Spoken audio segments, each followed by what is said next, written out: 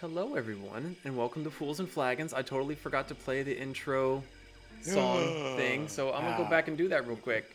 Yeah. Heresy!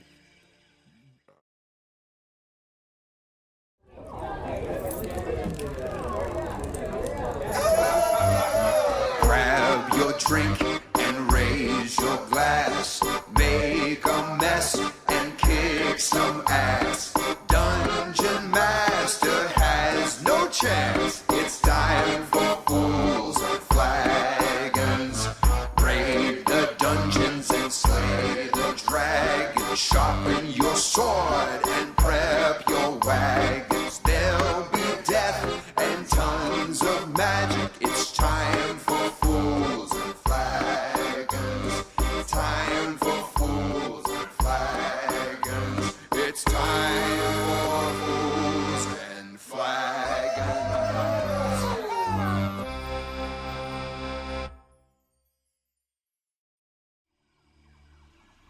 There we go. That was better. Oh, I knew I was yeah. forgetting to do something. So, hello everyone and welcome to Fools and Flagons, a tabletop campaign made up entirely by me, where my lovely players do dumb things, the points don't matter, the rule of cool is king, and I try to make sense of everything. And tonight we're back on Tales of Archeron. Because, that's just how scheduling works. Yep. I'm sorry. It's fine. No. I had an audition for something. It's secret. Super So fingers crossed. A male stripper. I'm already that. No, you're not. Anyway, I'm gonna mosey on through some announcements real quick so that we can get started. So, welcome. We live stream our D&D campaigns here every Friday on Twitch, alternating between the Tales of Archeron and Storm King's Chaos, done by Zeke, aka Brick, over there. Hi. Both are available to watch again a week later on our YouTube channel or to listen to in podcast form on most major platforms. On top of streaming D&D on Fridays, we also stream a variety of games during the week with Pez Plays and on the weekends with Metallurgy Magic. If you like what we do and you would like to support us, consider donating to our coffee page at ko-fi.com/foolsandflagons. The links can be found below in the description. Donations are never required, but always appreciated. And all proceeds from donations and memberships go straight back into making Fools and Flagons an even better experience, and it does help keep the podcast alive and well. We want to thank you for your follows, subscriptions, and bits on Twitch. We do apologize that we cannot verbally recognize them on stream for the sake of not interrupting the story, but your support of us is always appreciated. And let's be honest, Zeke is probably not going to be paying attention at one point or another, and he'll reply to you in chat if you talk to him enough.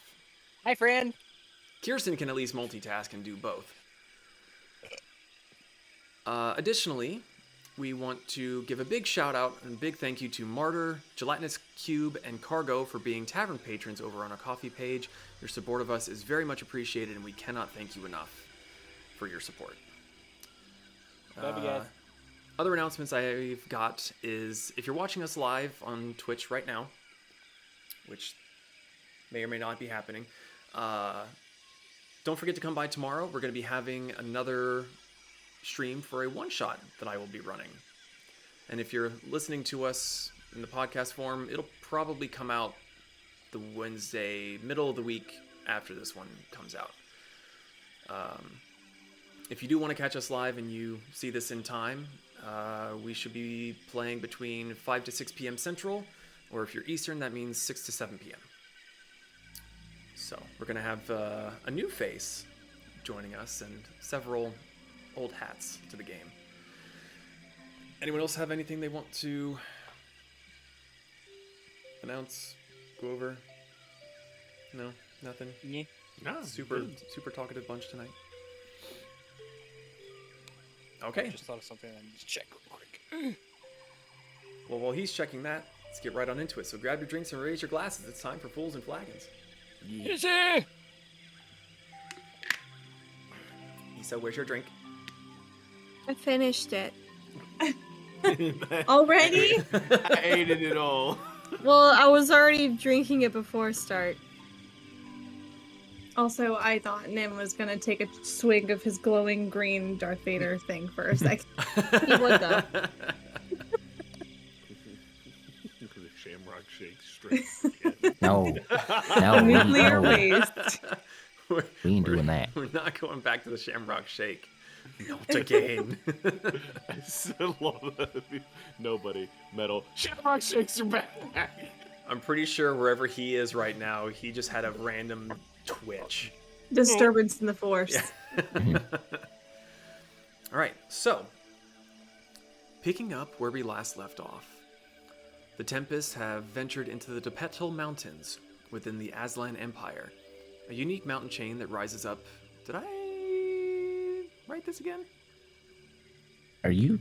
It sounded kind of familiar. Did you forget? I might have forgotten to update the recap, or it didn't save. You a week behind? All right, we're gonna fucking wing Okay, this. So no, picking up hold where we on a last second, left Dan. off. Hold on a second, DM. Did the DM who missed just try to give the DM who didn't shit? Yes, because I get shit all the time about forgetting to write the summary. Okay, fair. So I took my chance. Okay. Picking up Anyway. where we last left off. The Tempests had tracked down the large Geyser Elemental, slayed it, and encountered some cultists from the Order of the Transcendant Maw that seemed very intent on murdering the shit out of all 5 of you. Too bad they sucked at it, other than me.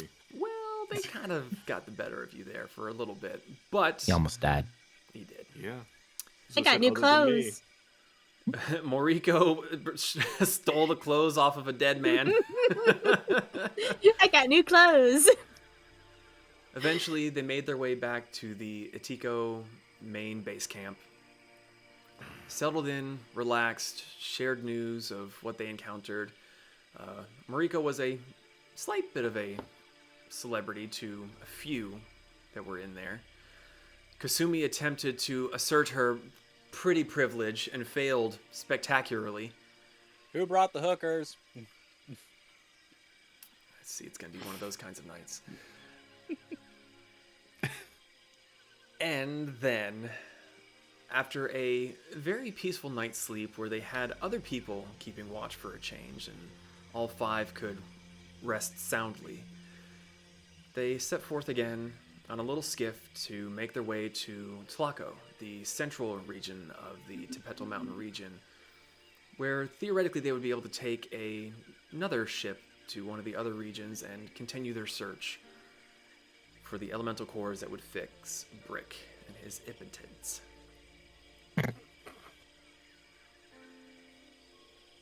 Revenge is a bit never mind. All right. Yep. Yep, it tracks. It's one of those Title of the nights. episode. Revenge is a distributor. It's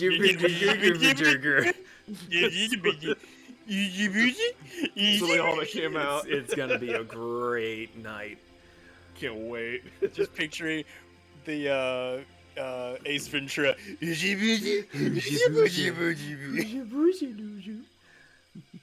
So,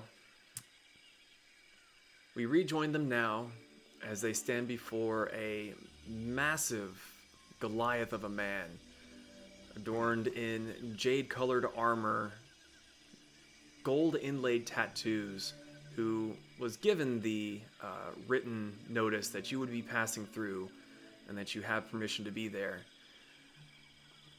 The 5 of you are standing in front of Arendi, Okay, so the commander of the Tlahko region. And you said he has massive, he has large golden inlaid tattoos. There should be a picture of him in the group chat still. There is it. Yeah. Big dude. Big. Sorry, I just like to make the note in the book so I can make the connection on the thing.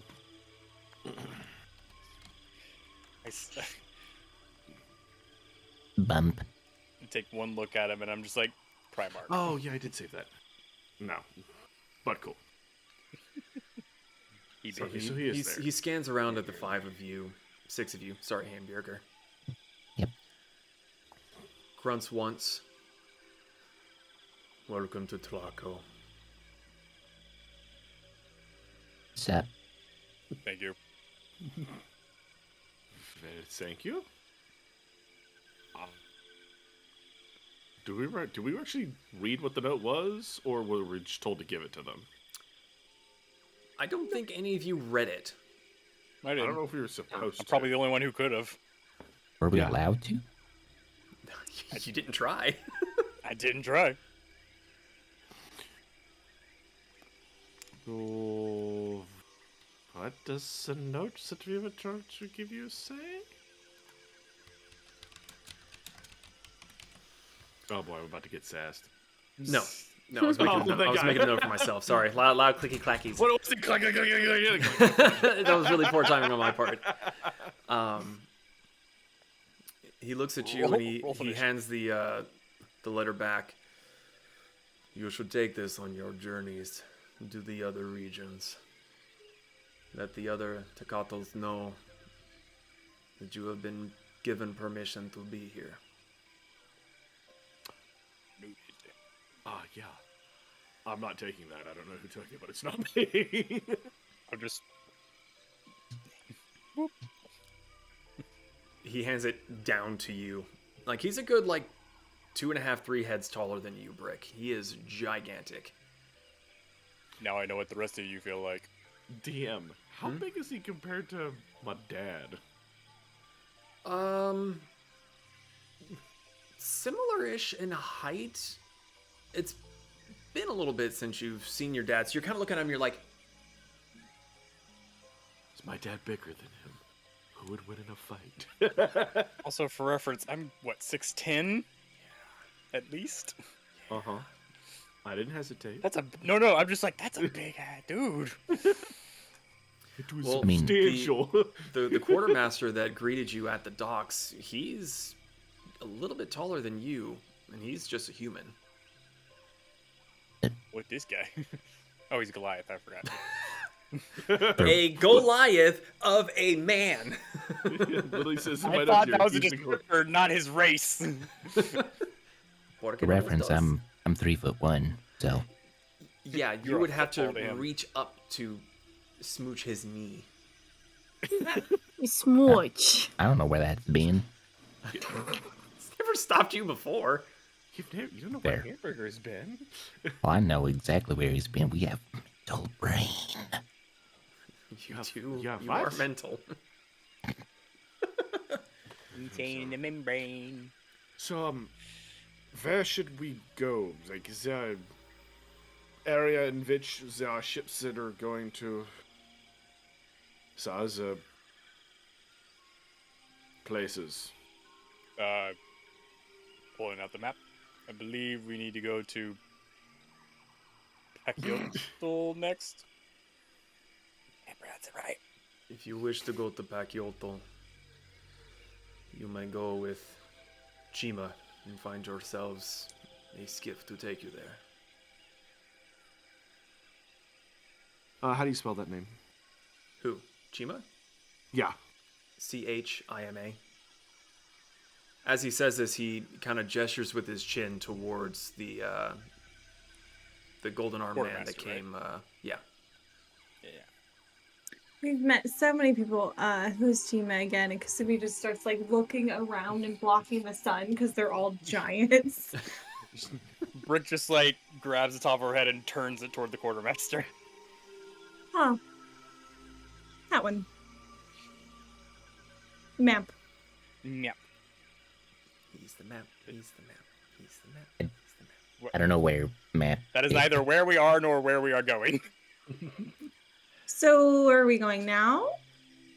We're going to the far north of the islands, Pachyotl, to fight some air elementals. Yeah, but now? We're going now. As soon as we can, unless you had another idea.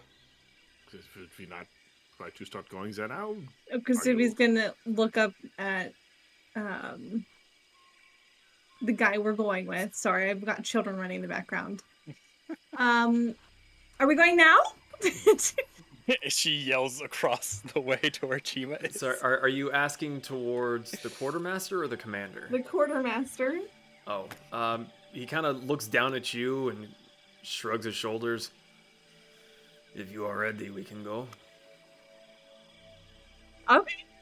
Did anyone want it? Did anyone want anything? Need anything? Supplies? Advice? Nope. There's nothing that we need, like a blue dragon skeleton, nothing. And we're good.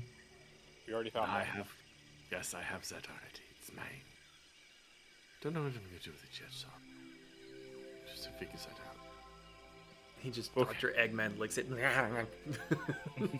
Wait, no. I need to find somebody. What's the douche's Aaron? I'm sorry, the douche's name? The dude's name. Not the dude. Arendi? Were you still standing around him, or is he already? You haven't said that you've moved yet.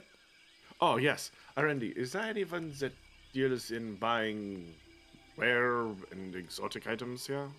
Is that you are familiar with? We do not participate in trade.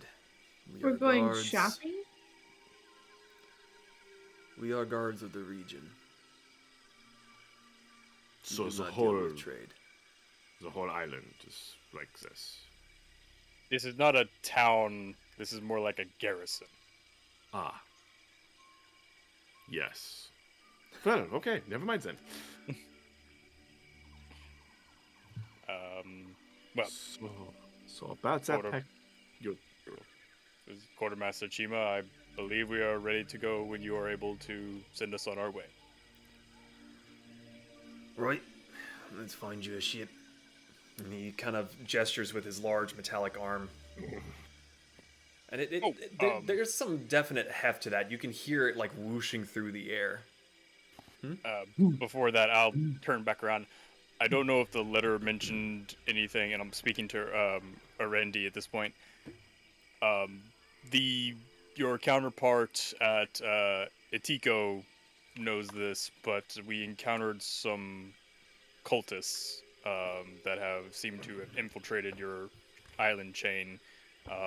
They seem to be stirring up the elementals to possibly try their hand at getting some of your resources away from here and into their own hands.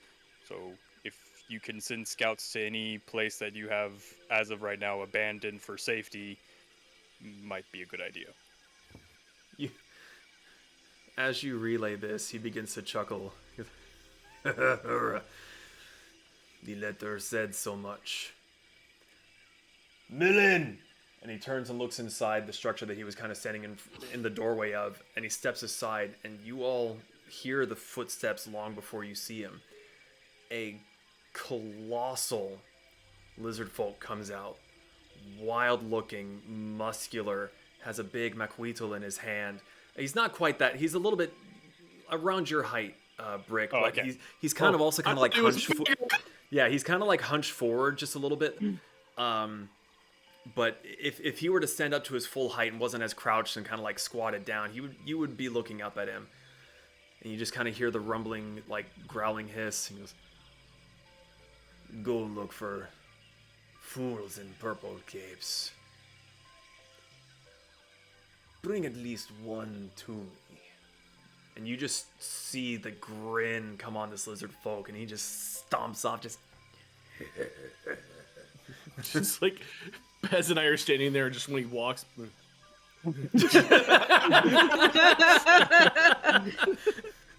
All I can think of is Professor Chaos from South Park. Hey, Pez, No. are you gonna get that tall? I will evolve. I don't think that happens until your species advances. Never mind. Look, you That haven't seen me lizard got molt yet. Oh, You know, despite everything that we've gone through with those stupid cultists, I feel a little bad for them now. Just a bit. I do not. They should all die. I Painfully. mean, obviously, yeah, but like, that's not going to be a quick death, is it? You would probably eat some. as the lizard folk stomps off. Arendi just kind of grins at you and gives just the slightest little head shake. And then he kind of, I say he excuses himself, but he doesn't really say anything. He just kind of turns and walks back inside. And at that point, you hear Chima clear his throat. Right. Thank you. Time to go now. Lead the way. The sooner we get you on ship, the sooner you can get where you want to go. And he thumps on off and leads you back the fucking way you came.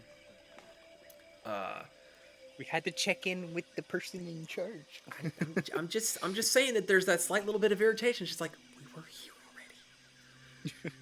already. He leads you back into the hustle and bustle of the shipping yard. And if you forgot the fact that you were a couple hundred feet above the water, it looks like you're at a seaport. There's ships at docks. There's material in crates being offloaded and loaded back on. There's larger ships, there's smaller ships. It feels like you're right on the side of the ocean until you get close to the side and you kind of Kick a rock over the edge. Aw. Chima holds up his natural hand and wait here for a moment. And he thumps off through the crowd. And Brick, you hear him kind of calling out in Aztlan, calling for information, calling out names, looking for reports. And eventually he gets a little bit too far away for you to be able to overhear through the general hubbub of the dock area. But eventually you see him kind of look up as one of the men he's talking to points towards a ship, and he looks back to the rest of you and beckons you over. Yeah, sure, follow. As you get closer, he turns and walks and kind of talking over his shoulder. You will be going with Zipact. Who? He is heading towards the Pachyolthal region. Where? Captain Zippo. Z-I-P-A-C-T. Z-I-P. I remember Ziploc, taking got my it. ACTs. Wait, you said Z-I-P? A-C-T. Thank you. And as you get closer to the ship, you hear him call out the name. Brick, you hear him saying in Aztlan, Zipact! I need the words. And you see from the ship this little head just going along the railing. Oh no. And then up. And you see this, what is your best guess at a middle-aged gnome. Oh. The hair is not quite as wild as you would expect. It's actually kind of like curved and swoopy looking. Definitely has a bit of a windswept vibe to it just from being out in the sun. It's definitely like he's super tanned. The hair is almost bleached, and you can tell that he's been out in the sun for years. And he just waddles right on up and just like backbreakingly goes, "What do you want?" And even Chima just looking like straight down.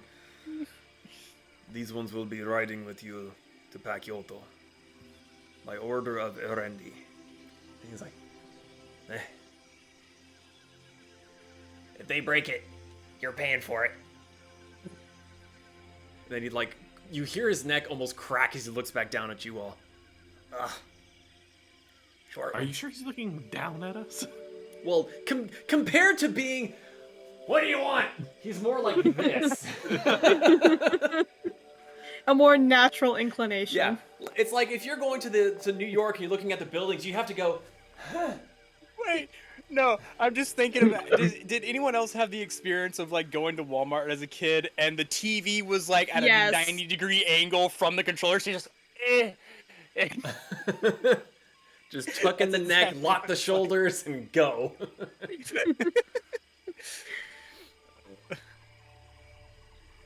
Well, get on in. We'll be heading out shortly.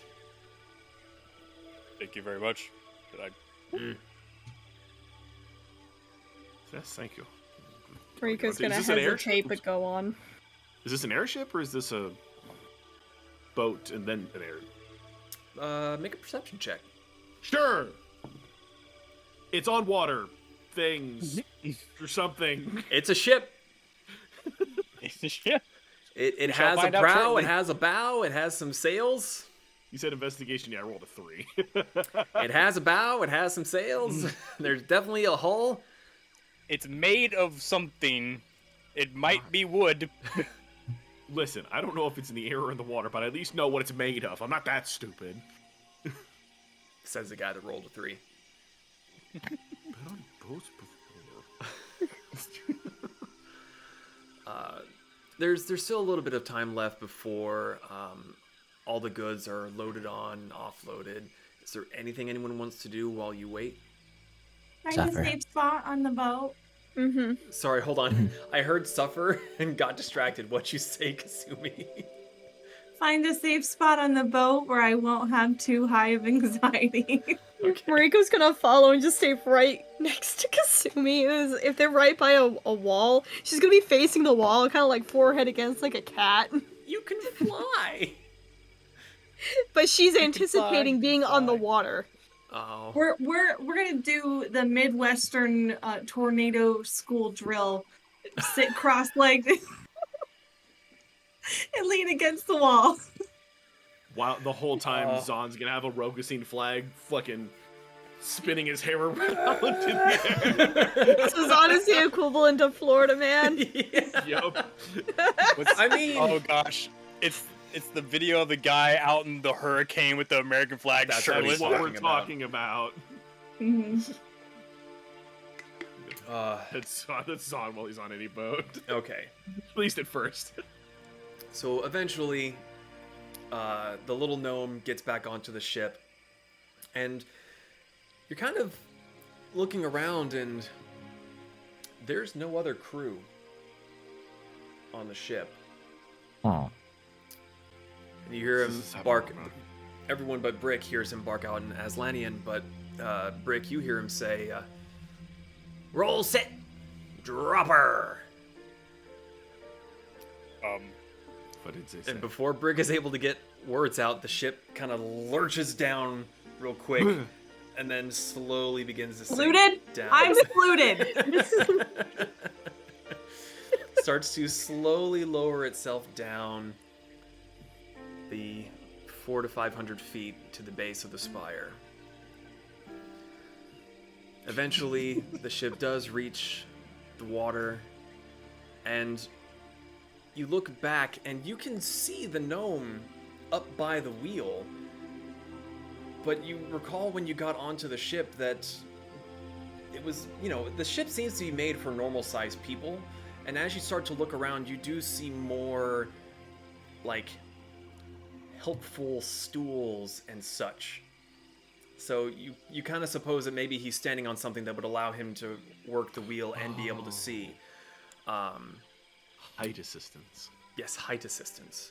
how tall is he compared to me? Short. Cool. Wait, shorter or about the same size? Shorter than Pez. He's shorter than 3 foot tall? What the fuck? He's a gnome. He's an itty bitty little fucker. He's almost small. No, small is 3 foot or smaller. Big guy.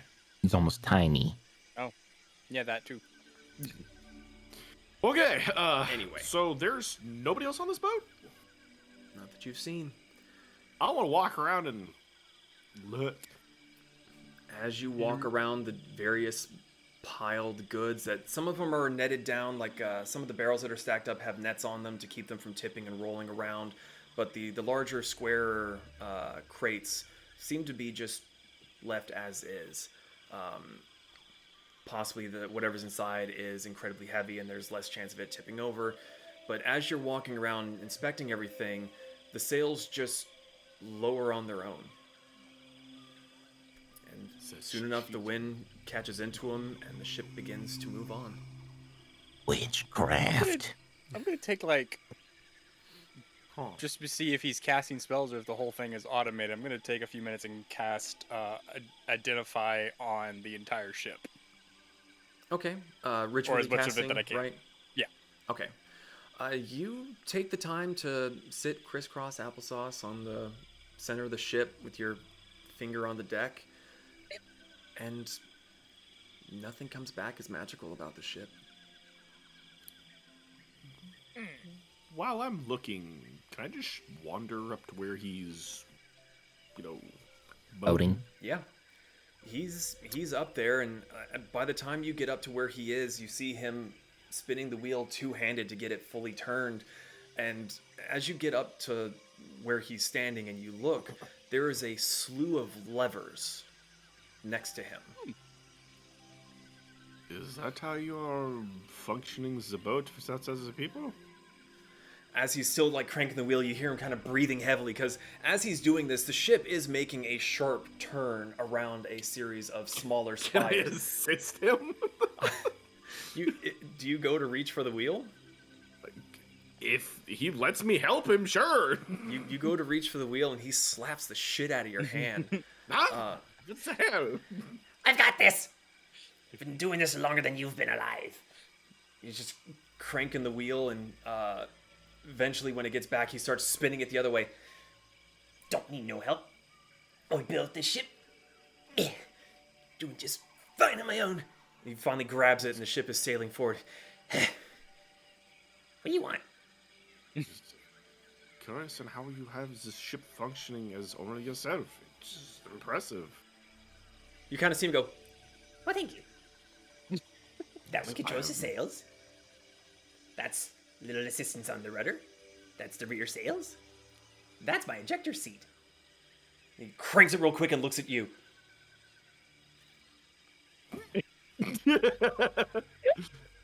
Must be broken. Zahn's gonna look down and take a step to the right. So is it done with ropes? Weights? Magic? Ropes, weights, pulleys. Okay, which is clever, to say the least. Oh, he is a gnome. You're not here, shut up. That was Zeke, not Brick. Leans over What's the there difference? Quiet, you voice in the sky. Well, I will not bother you. I appreciate you traveling. I was just curious. The ship seemed fascinating, and it quite is. Well, it'll probably take us better part of a day to get there. The wind is not favorable. But, lucky for you, and he kind of lets go of the wheel and he grabs one lever and he pulls it as hard as he can. Like full body the emergency leaning. brake. Am I ejector seat? Yeah, but the thing is as tall as he is. Instead of going down here, he's grabbing it and kind of pulling it this way. And all of you hear these series of thunk, thunk, thunk, thunk, thunk, thunk, thunk, thunk, thunk, from the front to the back of the ship. And then there's this subtle sound of sploosh. Sploosh. I want to look over the side of the boat. You step away, peer over the back of the ship, or over the sides of the ship, and you see a slew of oars are just plowing their way through the water. I don't know how he's doing this, but it is quite impressive. I look over at Kasumi and Is Moriko still in Moriko. timeout? Actually, she has now shifted into a moth cat form, and she is just full on cat pressing. Aww. So you and Fluff are just in the corner, just thunk. Kasumi, are you splooted on some crates still, or are you a little less? After the shock from the initial lunge downwards, she basically tries to gather herself to where she's still sitting there, and she's trying to meditate, but she's still facing the wall. Okay. I will return So, to the group. so any of you that go down to the center of their ship, there's just a stack of crates. There's Kasumi facing the wall, just kind of and then there's just bonk bonk of moth cats, just either side, just facing this stack of crates, refusing to admit that the rest of the world exists around them. How big is a moth cat? About the same size as... So smaller than Kasumi. Yeah, very much so. Like half Like, the size. they can curl up in your cupped hands. Yeah. And We're Kasumi talking is almost in- kitten-sized. I will go find the moth cat and scratch its head. Which one? Nah. Wait, there are two? Roll. Oh, that's right, Roll. there are two. Yeah, I don't know. So what is it? 1 through Eeny, 10? meeny, miny, mo. 1 through 10... 1 through 10, Moriko. Mothcat. 11 through 20, Moriko. What? 1 through 10, Mothcat. 11 through 20, Mothcat. That would be a 12. You just started squeezing Moriko's head. What do you do? Moriko's gonna swat at him. Squeeze him, scritching. This tiny moth cat will bitch slap. It would literally be like... I'm not gonna stop him to scritch the head more. Yes. You hiss at him. Yes. I like the moth cat, like little squeaking squeeches. It's just the quietest little... What are you doing, Zon? I'm trying to calm the moth thing. I'm used to boats. They are not. Scritches help.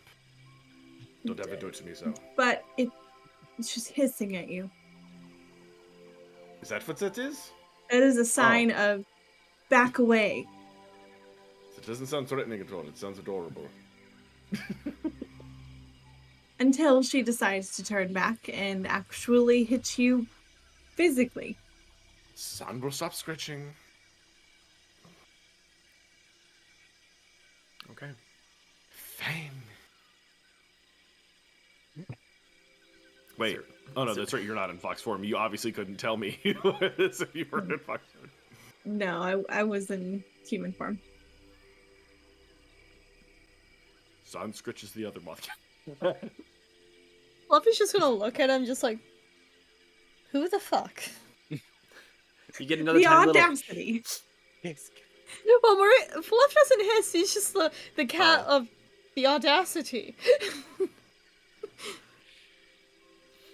Kasumi's gonna take, since she's got her 4 tails, she's gonna take 2 on either side and wrap them around the moth cats. Aw. Did I bring? Is anyone else jealous? Just me? I can't remember if I Cat brought tail Magnus pillow. with me or not. You did Fluff not. is immediately going to like did not? settle Okay. itself. To burrow. Yeah, apart from Hamburger, you left all critters in the wagon. Okay, thank you. I didn't write it down. I couldn't remember. Mhm. And I guess technically Mortar too, but he can just, Yeah. Is there anything else you would like to do as you travel across the waves to Pakyodal?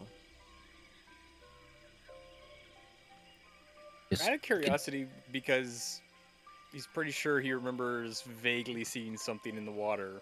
We're just gonna be watching over the edge of the boat, just seeing if anything in the water happens. Oh wait, Pez, has you the were note saying come something? back? Sorry.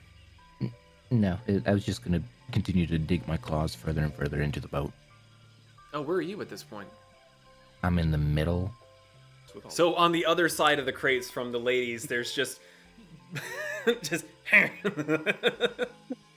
Looks Like like he's trying to little- lift the crate really hard. Just like a gecko on the side of the crate. Has the note from Brick's sister come back? Oh yeah. Kasumi? Kasumi. Has the note from Brick's sister come back? Oh, that! And she takes a second and just shimmies and looks in her backpack and tries to see if she sees anything change on the surface of the notebook. I actually need to check on something there real quick.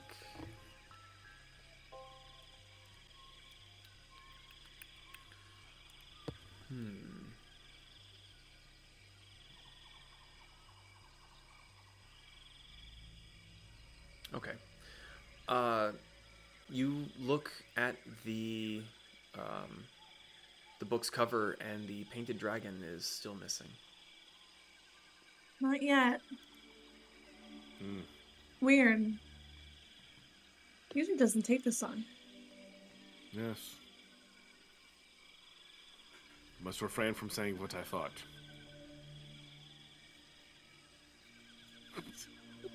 Does Well. San notice Brick staring at him? Brick does not know this is happening. Brick's looking over the edge like, la da da da da. He has no idea that, something bad may be happening.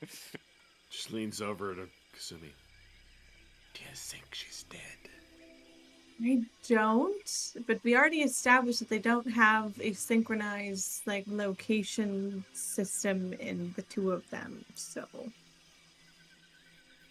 Those were a lot of words, which many of them I do not understand.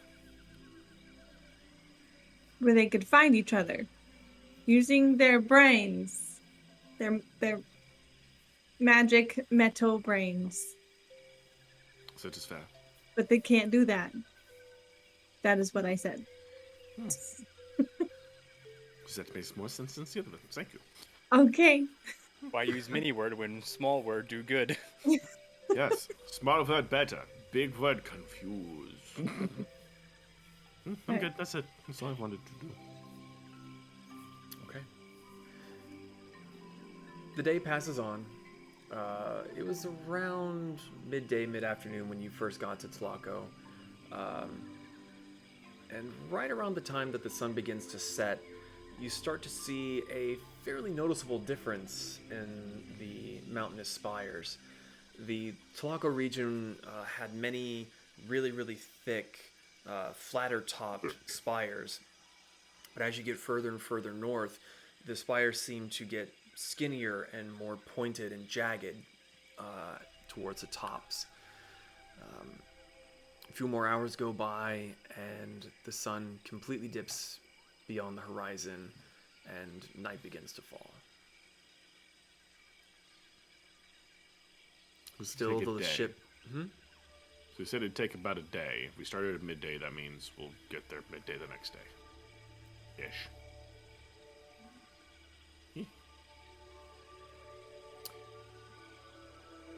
You notice partway through the night, if any of you are staying up even just a little bit later than normal, the sails raise, and the oars are the only sounds that you really hear apart from the splashing of water against the hull of the ship. Actually, let me check the calendar. Yes, so it is incredibly dark outside, or it is incredibly dark tonight. And after a point, even the sounds of the oars stop splashing in the water, and you hear another wooden thunk with the sound of metal scraping against metal.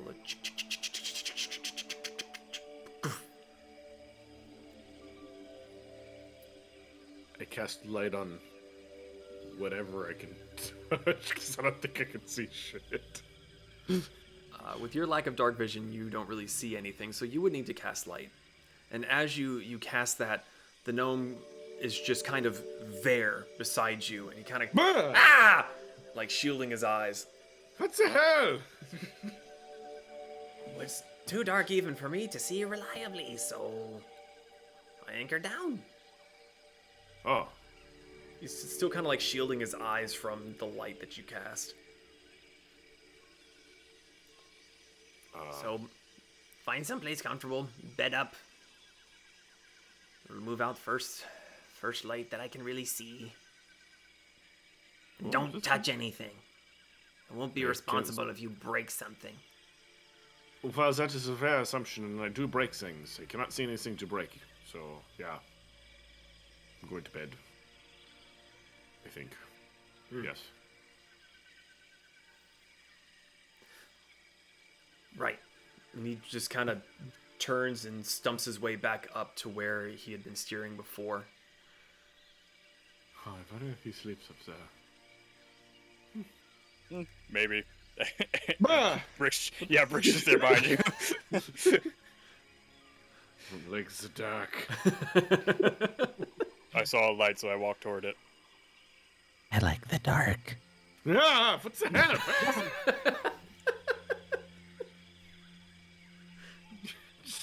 I'm gonna find a crane sitting against and just stare at it. Put the light behind me so I see everything coming towards me.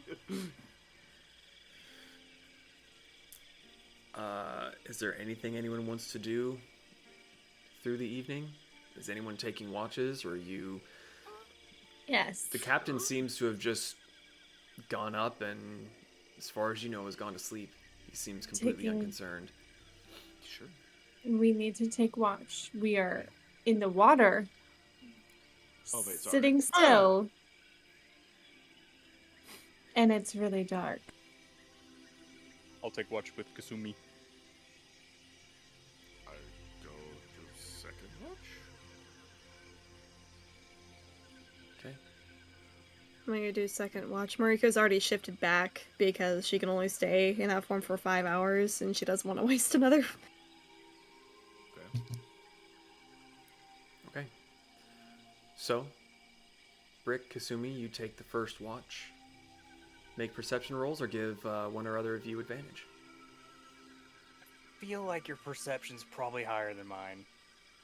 I would bet on that. Well, all right then.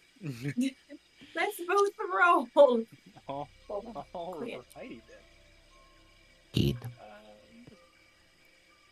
That was the correct choice. 19. Oh god, it went off the table. 17. 19 and 17. Okay. Good year. It is... Good vintage. It's a relatively quiet night. There's not as much animal noise as you're used to in the evenings.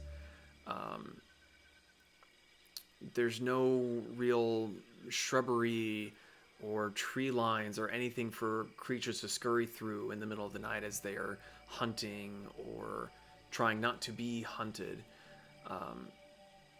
It's just the steady droning of the ocean buffeting against the hull of the ship.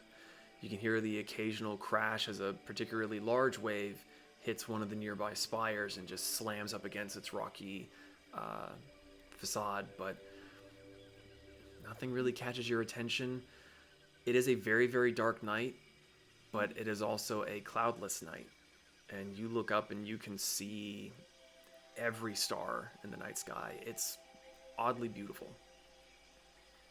And it's even stranger to think that you can look straight up to see stars and you just see this chunk is gone by the silhouette of one of the spires. And then there's a chunk over there that's blocking your view of the stars. It's a very weird situation to be in.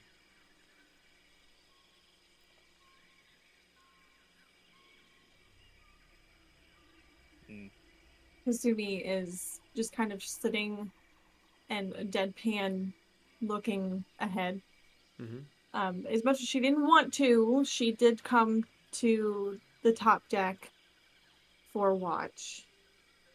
But she kind of found a crate to sit on. She's sitting there and she's like deadpan, just staring just straight out. How you holding up? I never imagined it to be this empty. The ocean? Yes. It's dark void. Nothingness. Yeah, there seem to be a lot of those. And then like when waves are crashing, like her ears will like twitch in that direction and she'll like dart her eyes over there. Even though she can't see anything. She's just very much like on high alert right now. And it's just like just gives me a sense of discomfort. Especially knowing what we have seen in the water. Fair. And that was in broad daylight.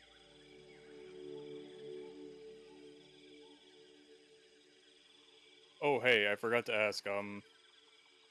Just realized that Jim and I didn't meet us at the last location. Did she ever send a message back? Not yet. We actually checked earlier. It's still not back yet. Oh. Hmm. That's probably fine, right? Um, she did say she was dealing with something important. And we haven't heard anything up where we are. So I don't know how big that thing could have been, but not big enough for the people up here to know about it. Right. And whether consciously or subconsciously, Brick is now just sort of looking off in the direction he's pretty sure west is.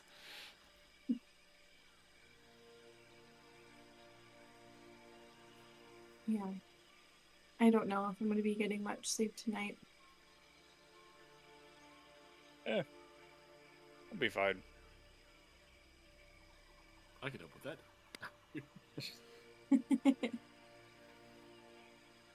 But yeah, Kasumi just continues to deadpan, just stare into the abyss of the dark ocean and just reacts to sounds and just points her attention towards it. Okay. After a bit of time of just staring blankly ahead, your mind kind of wandering to all the potential horrors that could be just underneath the waves, there are a few times where you somewhat struggle to tell the difference between the horizon, the sky, and the ocean as the stars are reflecting off the water as well. And those moments you kind of have to shake your head and snap yourself out of it. But soon enough, your watch does come to an end, whether it's a little bit earlier than it should be because you're just kind of paranoid and losing your mind, or maybe a little bit later because you lost track of time. But eventually it does come around to, I believe it was going to be Zahn and Moriko were taking second watch. Okay. So you go to wake them up. Mm-hmm. Yeah, she goes over to Moriko and gives her a little tappy tap on the shoulder. She's gonna open her eyes from her trance, like, it's my turn now, isn't it? Yeah, Okay. it's really gonna- dark. Oh, that's fine. Okay. And she's gonna go up to the deck, find somewhere to just lay down and just stare up at the stars. Okay. Oh.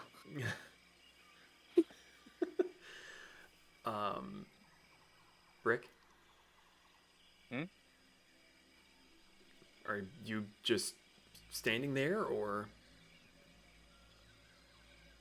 I thought our watch is over. What'd I miss? Well, yeah, you didn't say what you were going to do with your watch being done. Oh. I'll go over and kick Zahn. Okay. Well, you now have a bruised hip. Your turn.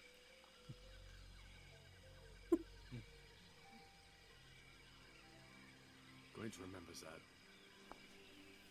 Like the 5th time I've done that to you. I'm keeping it down. Well, I look forward to the result. me. Regardless, thank you. Go to bed. Yep. And I just... Okay. Moriko, Zahn, if the two of you could make perception checks or give one or the other advantage. Sure. Do something.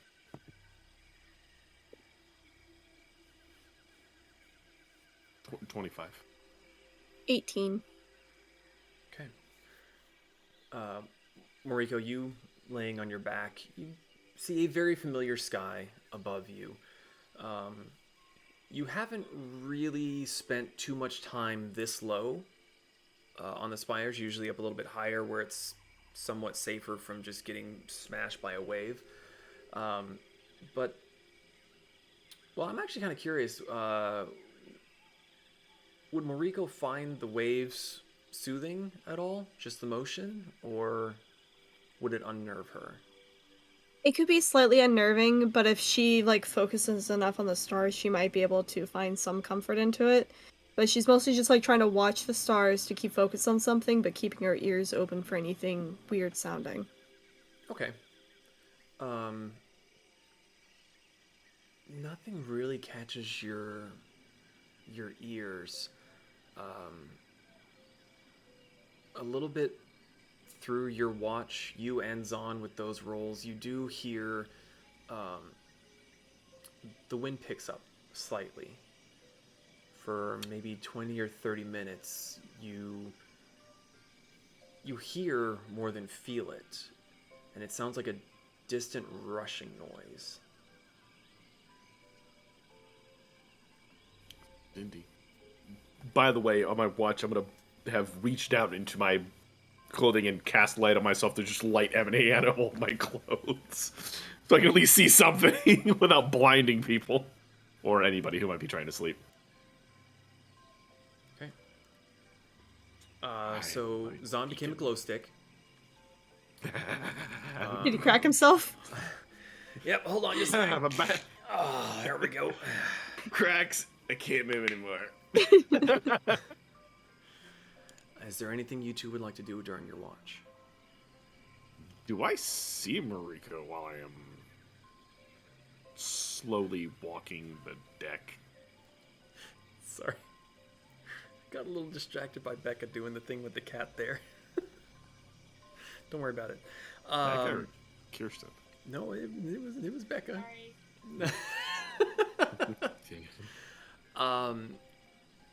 I mean, you're alone on the top deck of the ship with Moriko.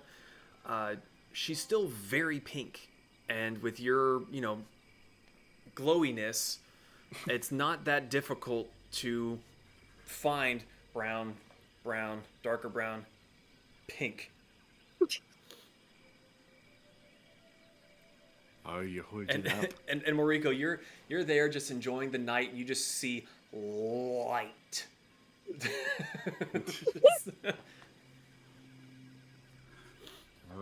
How are you holding up? Is it normal for you to glow like that? 9, but I cannot see in the dark.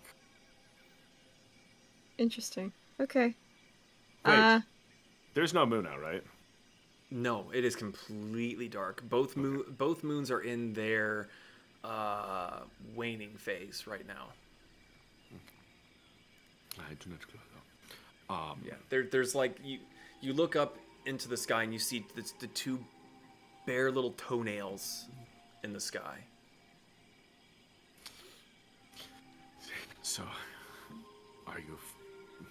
They ask how you are doing, but no, I do not normally glow. It just helps me see. And I am here. I am existing. don't like boat rides, huh? No, not at all. Is there a reason? Curiosity? Not that I think it's bad. It's Very bad past experience. I was shipwrecked onto Itiko. I'm guessing you. Wait, you were shipwrecked. Where did you leave from? Do you know? I am blanking on the fucking elf country's name. Oh, okay. That's easy enough. Make a history check. Yeah, she was very, very small.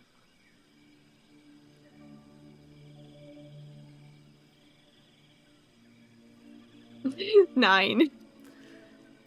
You open your mouth to answer, and you hear an audible snap. It's just you can't remember what it's called. You don't remember the name of it.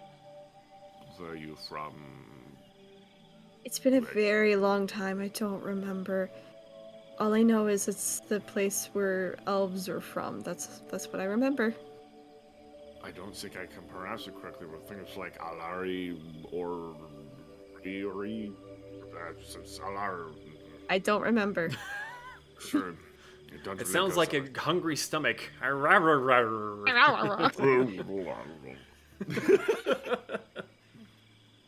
So you were definitely not alone at that point. So were you the only survivor? I don't know. I was the only person that shipwrecked. I would like to know if there's a chance my parents did survive, but I hold no promises. Well, we can always go to the wherever that place is called. And see were- if s- I think we were running from there. I don't think they would go back. running from the. I wonder if that would be. I don't remember. I was very, very, very young when we left. Oh, sorry, I did not expect you to know the answer. It's just more of a curiosity. Well, regardless.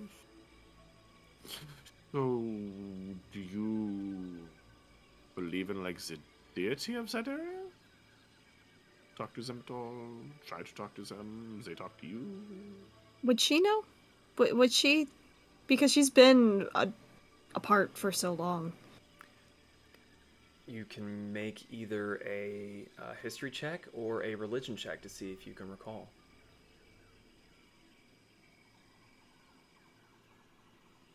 Much better. 19. 19. You remember that the elven deity that guards the forest was named Aaron.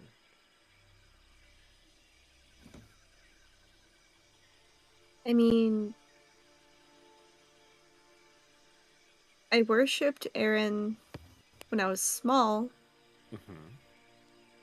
but not really now, because I've more just been living myself. Well,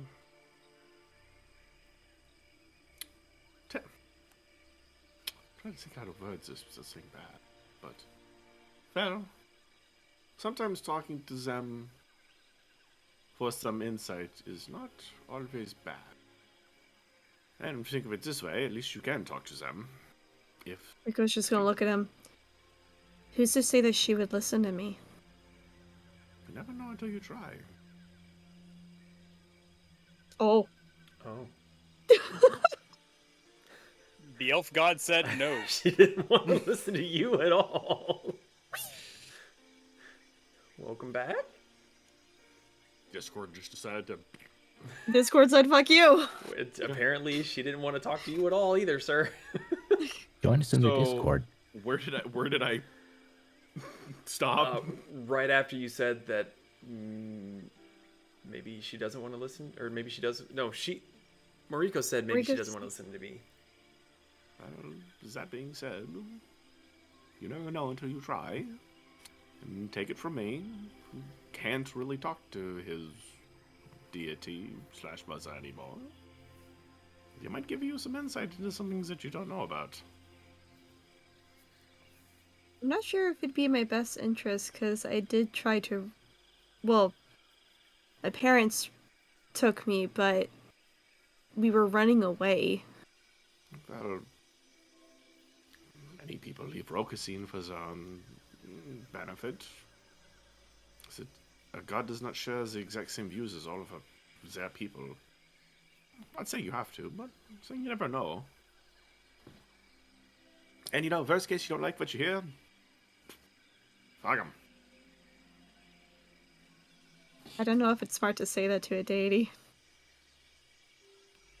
My mom didn't really care for niceties, to be fair. So, Your mother. yeah, Valkyrie. What? We haven't had this conversation yet, have we? No. Nah. Yeah, so Faz's Quancaro, large, substantial man, not unlike the gentleman at the main place we were just at, wherever that is. And Valkyrie was mother figure. Oh, mother figure, not physical mother. I'm a rabbit. Deities are weird. Okay, fine, you have me there. Bitches be sticking their dick in everything. Zeus! But to be fair, like Kasumi, I do not know if there's anyone else like me. And as far as I know and have experienced, I'm pretty damn just me. But she was all that I knew as a mother, so mom. And she talked to me and sang me a lullaby. It was nice. But now Family she's doesn't gone. always have to be blood. They can be found. It is true. And now that she is not here, it hurts more than most other things. But it's okay. I will survive one way or the other. I always do. Until I won't. mean, like, the last fight that we had. I'm going to scold Kasumi for that later. There's a sneaking suspicion she could have helped me, but she didn't. I mean, you turned out fine. Well, yeah. I mean, to be fair, I am a priest. And I do like to fight, but at the same time, I am not Brick. I cannot take as many hits as he can. I do take pride in being able to hurt things well, so.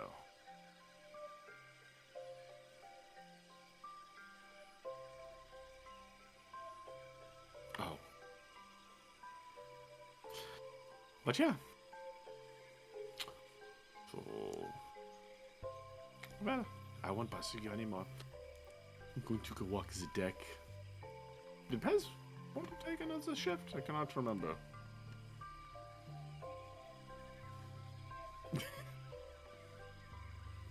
Well, we should probably wake him. Just in If case. no one else wants to take another shift, I can keep watch. Is that wise? Would Moriko, for, like, the first part, gotten 4 hours before Kasumi woke her up? Yes. I'll be fine. Oh, okay. Well, I will leave that decision up to you then. And Zon's just going to walk the boat, glowing like a glow stick. Okay. Do you go up to where the wheel was, or do you just kind of stay on the... If I do, I'm gonna turn the light off, or,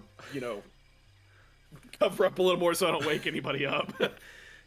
If you do go up to the wheel, you do hear the smallest little sounds of snoring from somewhere up there. If I hear snoring, I'm not going to leave him. Okay. I'm not gonna. Gaze upon me, the rising sun. Eventually, your shift does come to an end. Zon, you start to feel tired again. Moriko, you're good. Do you stay up by yourself? Do you go to wake up Pez? She's gonna go, like, nudge Pez, like, do you want to take third watch? Question. Is he asleep? Gecko! Yes. Okay. He's horizontal on a box. She's just gonna, like, lightly tap his shoulder, like, do you want to take watch? You can keep sleeping. My neck is going to turn towards you, and my eyes are just going to flash open, glowing green. You thought I was Need help? horrifying. I mean, you can keep sleeping if you want, but I wouldn't mind the company. Sleep is torture here. All I can think of is Pez is like, I'm sleeping like this because I'm stuck. Do you need help This was down? not my choice. Just gonna unvelcro him.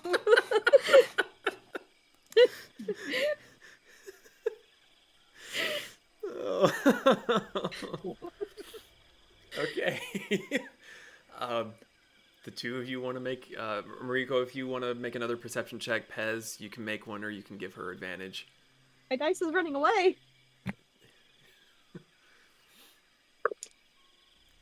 I'm gonna give Pez advantage. Oh, thank you. I don't know that you can do that after you've seen your roll. I mean, did she? She said that I was rolling away from her. She didn't say she Yeah. rolled it. I saw you go boom. I'm gonna give him advantage. Oh, I don't know. No. What'd you roll?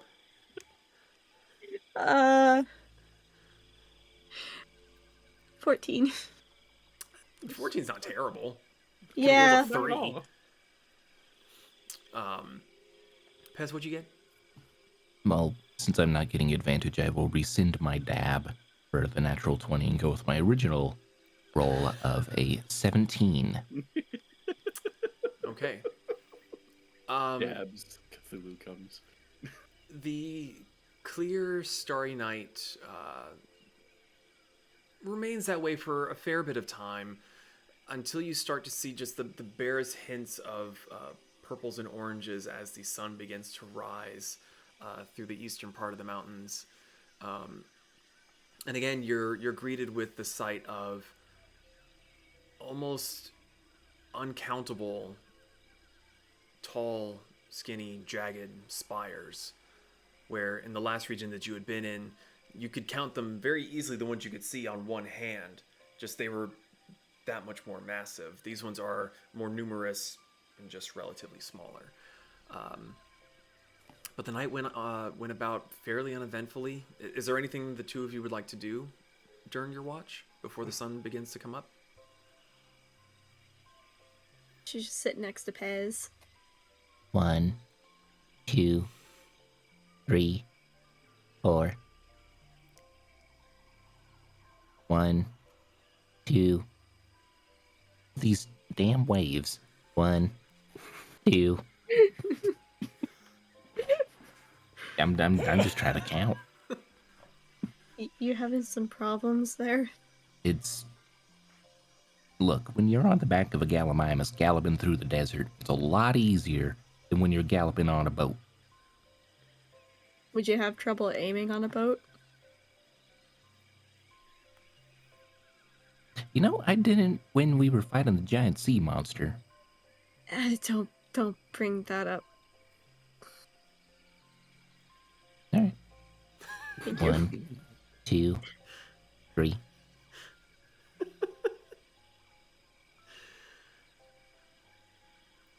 So, halfway through your watch, as soon as the sun becomes slightly more visible, the two of you hear you'd been hearing it so much that you kind of didn't notice the little sounds of snoring from up by the wheel until you hear a very loud snort and a meow.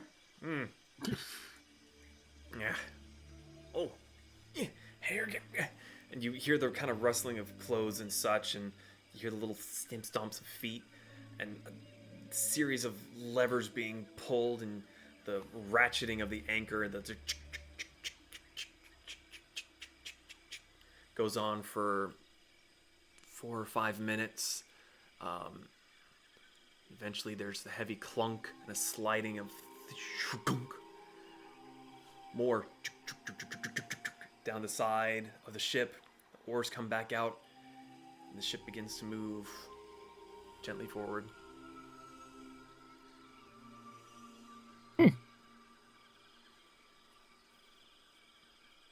At least we get to land sooner now. Yep. And be off this godforsaken water. Water. Kirsten, join us. Water. One of us. So, eventually the sun comes up higher into the sky, lighting everything. Seems to be at least a few more hours, judging off of what Zipact had told you the day before. Is there anything anyone wants to do as you wake up to the gentle bobbing of waves? No.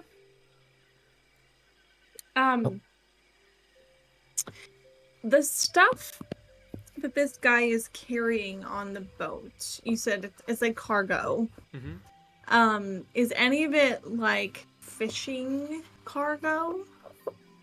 Make an investigation check. Okay. Let's see. That is a 5. A 5. Everywhere you look, every single crate and barrel is hammered and nailed shut.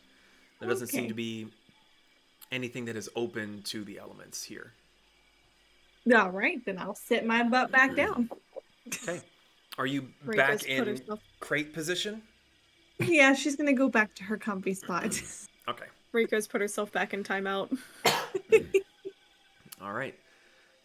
So the ladies are back in their timeout position, facing crate. Anything else anyone wants to do on this particular leg of the journey? Well, the waves are getting more wavy, right? Because we're moving. Not so much. There's, with how many spires there are, Zahn would notice this maybe, but Pez, you're not even really used to the water of a bathtub, so you don't really understand how this works. You don't bathe. You don't understand water. Yeah. Well, but Zahn, you would have an inkling that with how many spires are here, and just the different narrow channels in between them, would be very, very good at breaking up the advancement of waves. The water is relatively calm here. And you can explain that to Pez if he's looking over the side looking really curious, or just leave him in the dark about it. Fine. Yeah. I'll walk up to Bez and be like, well, the ocean's will be pretty calm this time with all of the islands all around. It helps keep the water somewhat smooth. But once Hate away, it.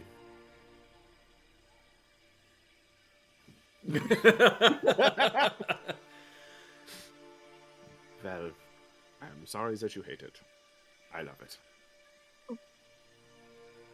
Well, at least someone does. There are lots of people who love it, to be fair. I don't. Listen, the desert is your thing. The cold in the winter and the water is mine. Look, I prefer the dune seas over the high seas. You know, someone should make a drink named that one day. Yeah. If you need me, I'm gonna be on my box. I'm just gonna like magnetize towards the box. DM just like, I see what you did there. Okay.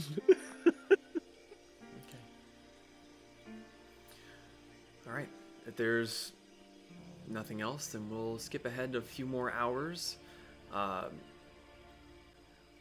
You do see occasionally through some of the numerous spires that there are still one, maybe two larger spires compared to the rest. And as you're getting a little bit further along, you do start to see that where in the last two areas that you've been in, a lot of the spires were flat enough at the top where they could have structures above, and the bridges were going from the top part to another top part. But here, with the spires being as they are, there's very, very few places to have anything set down on flat ground. So, let me share this. You do see the very traditional rope bridges, but now there are structures scattered here and there attached to the sides of the spires instead. And everything seems to be far more perilous to navigate than what you had previously seen. And soon enough, you get to another larger spire further north than you might have been expecting to go. And again, you see dangling down the side of the face towards you more ropes and pulleys. And far up above, you see what looks to be the silhouette of another dock, like you had been to before. Excuse me. Bless. So as the ship rows in closer and eventually comes to a stop, you feel a sudden, not a sudden, but a gentle little bump as it hits the docks down at the bottom. And the gnome hops down from his perch up by the wheel and begins bringing a little step stool around with him. You hear thump, thump, thump. He grabs one of the hanging ropes and hooks it into place. Steps down, grabs it, moves to the next spot, sets the stairs down, gets up on the stairs. Like with the ship, grabs it, hooks it back on. And he does this a few times around the front, the mid, and the aft of the ship. And eventually, the ship jerks upward as the mechanisms go into place, probably causing Kasumi and Moriko to kind of like... Flute. Yeah. Soon enough, the ship begins to raise upward. Brick and Zahn, you two make perception checks since pretty much everyone else is just, making out with a cardboard or a wooden crate.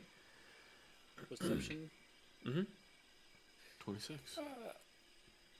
26. So 26 and what, Brick? 13. 13. Brick, you just happen to be looking off the wrong side at the wrong time. But Zahn, as you're kind of looking around as the ship raises up, you have to do a little bit of a double take because you saw something and you didn't believe that you saw it, and you looked back again, and there seems to be a man of some kind. Maybe there's a humanoid figure attached to the side of the mountain. And you have to stare for a second because the head doesn't look right. And then you realize that it's probably a mask for how colorful it is. But much like you've seen some of the other people that are stationed in these outposts, very wildly dressed, no discernible armor, kind of just wearing a loincloth, and nothing on his feet, nothing on his hands, doesn't appear to have any sort of weaponry attached to him. And it's just sort of attached to the side of the rock, and it's just watching the ship rise up, and the mast head moves up to follow. And once it starts to get a little almost out of your sight, you see it just kind of turn, swap arms, grab onto the rock, and just swings around out of sight. Is the captain there? You see him pacing around the sides of the ship, and he's kind of checking to make sure that the ropes that he hooked on are secure and nothing's straining or starting to fray. He's just kind of checking on the wear and tear of his vessel. Can I go up and ask him about this thing that I saw? You can certainly try. Yes, I'd like to certainly try. Okay. So, this masked guy watching us, is that normal? What? Mask guy. Describe it? There's a guy hanging on the side of the rock. Oh. Yeah, that's probably Zillan. He's the Talisti of this area. That's the scout, right? Brick, you overhear this, and you kind of glance over your shoulder. It's the scout. Or the scout sentry. It kind of has multiple meanings. What was the name again? Zillan.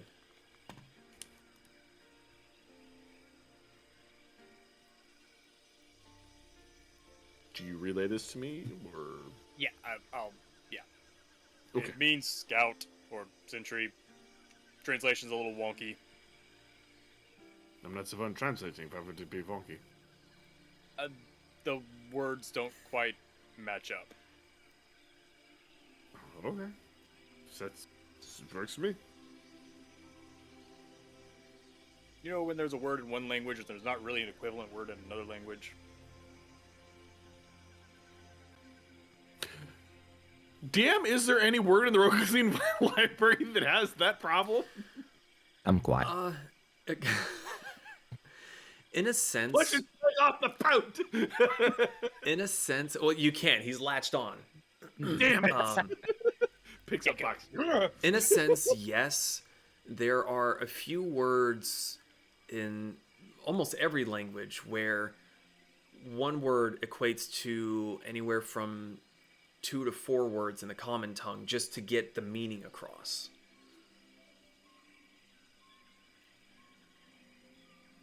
Well, works for me. What is that yet? You glance upwards and you're making headway, but you've been on the ship for a few days and you can see that you've got some hefty cargo on board. So whatever mechanism that they use to hoist you upwards, it's taking a bit. And what was the scout's name again? Sorry. Sorry? What was what did you say the scout's name was again? Captain Zipak. No. The scout. The sentry. Scout. Zilin. Sentry. Zilin.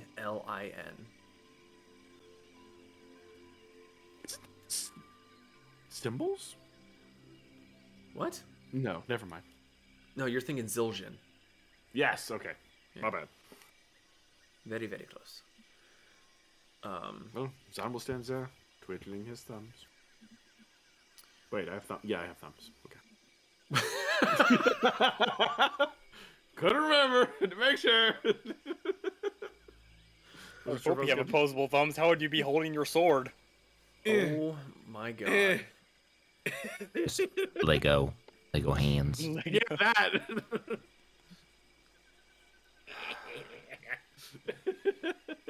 Computer, Title of the why are episode. you responding? Computer. Wait, do I have thumbs?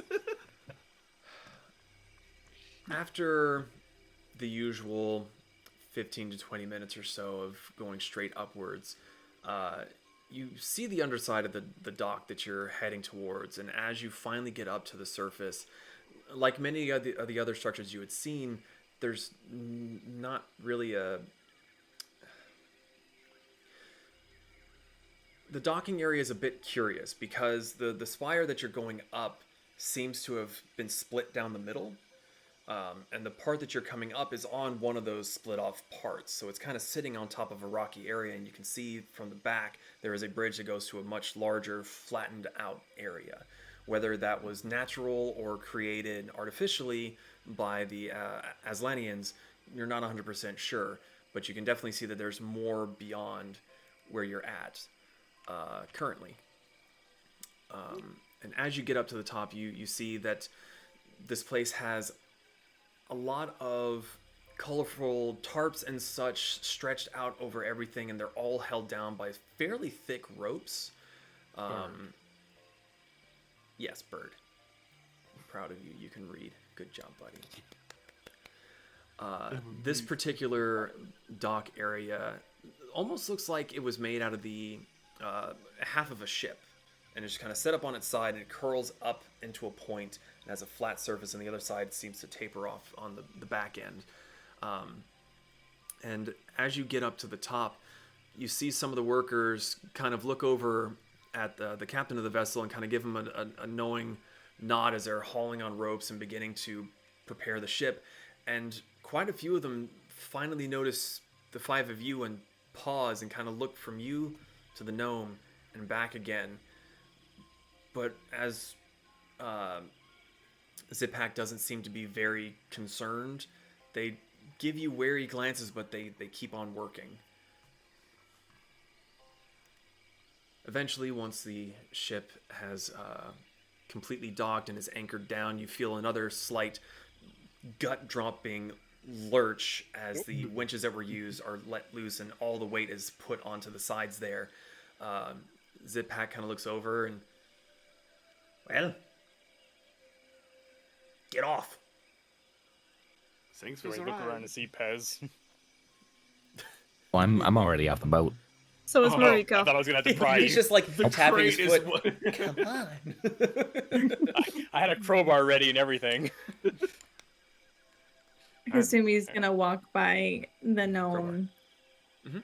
and just very subtly hand him 5 gold and just be like, "Thank you." I'm just gonna keep walking. Thank you. Thank you for the ride in your very fascinating ship.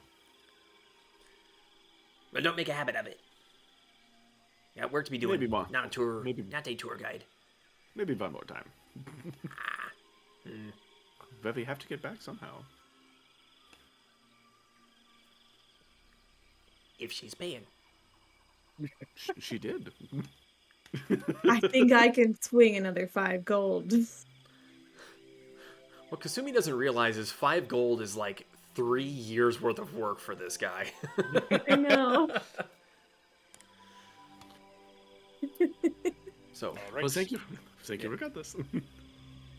5 of I you. look around. Is anyone coming towards us? Is there like a quartermaster? Like, what the fuck There's are you doing on my quite dock? a few people that are coming your general direction, but none of them seem to be focusing much on you. They seem to be like warming up their shoulders and moving towards the ship to start unloading. But no one really seems to be paying you much mind at the moment. Cool. To the largest building. Right? Looking at everyone else. Yes, because we know everything about the culture here. I mean, does it really matter what culture you're in? Largest building, most likely to find the person in charge. I mean, are there signs? Because I can't read anything. I'll look around. Are there any signs? You glance around and there's not much really written down. Everyone that's working there seems to just understand where things are and where they're supposed to be. Back to plan A. All right. Okay. Okay, Riko's just kind of holding on to a piece of Kasumi's clothes to make sure that she doesn't get lost in the crowd. okay. Yeah, I don't like change. Her sleeves are very flowy, so it's totally okay. Just to pinch the sleeve. Okay, Holding the single finger. you pick a random direction. Who's leading this adventure? Well, is there a large building I can see? Well, currently where you are, you would have to figure out a way around the large building that you're currently at. I was gonna say anything, but I'm glad the DM did. It's my job. Brick, you're the native. You should know where to go. Yeah, I'm Yeah. from Rokuzine. All my buildings look like boathouses. All mine look like dirt. I was No, born no. on a train, not in my country. Pez, to be fair, your houses don't look like dirt. They're made of dirt. 30% of them. There's wood, stone, brick, metal. What? What? What? What? You said my name. Nope. Hearing things. Well, Rico, let's find the president in charge. What are you waiting for? Okay. No, she starts pushing him. Let's go, let's go. Wait, I have an idea. And I'll take out my compass and I'll just commander of the Pachyotl region. I don't know if it works like that. What's happening? By that look on the DOC's probably not. What is it that Brick most desires? Hold on. What what compass are you using? The Seeker's Compass. I can't remember if it's just find object or if it's find other stuff too. Are Find, people stuff? Alexa. find the clothes of the Alexa. guy who's in charge. It might just be find item. It's Yeah, it's just locate object. San's just gonna look at him. He's like, did it work? No, I don't think it's working. It's just spinning. San's just gonna look over and see somebody who's walking past us and just reach out and tap him. So who's in charge here? that's what had me baffled. None of you thought to ask. I was trying to let I don't Blake speak do your his thing. language. I Well, I don't know. know. They could be speaking. They could speak common. I don't know. No, Reach out, tap him. I'm not mad at you. I'm mad at him. I'm just being fun. We're just all looking at Brick like, well, Oh, right. I already did that. I just reached out and grabbed somebody, asked where the commander is. I didn't wait. Yeah, no. Now I'm just looking at this. What's happening? You reach out and grab the guy, and he kind of looks at you and furrows his brow and looks quite cross. And he just kind of like pulls his arm away from you and like walks on, but is kind of like looking at you, really confused. Breaks, they don't speak common. Oh, okay. In Aztlan, I'm just like, who's in charge here? With that Just intonation. shout it. I have a feeling that was not what we wanted to have heard. There's a distinct lack of noise as everyone within earshot stops and looks at you as you yell this out. All of us, including us, are looking at you. We're looking at you as well. Mariko's just looking I at need Brick my like, Pez moment for the night. Wait, what? There's a significant pregnant pause as eventually people on the outskirts seem to just go back to work, and it sort of trickles back in. And someone who just happens to be standing right in front, like you just kind of pick someone out of the crowd and you're just staring at him, and he just kind of points off in a direction and says, "You're looking for Timok. Other side Thank of you. the bridge." I appreciate you. And I'm just gonna keep watching. He just like watches this big metal thing that just shouted at everyone walk by. What's the leader's name again? Sorry. Timok. Timon. No, And Timok. Poopa.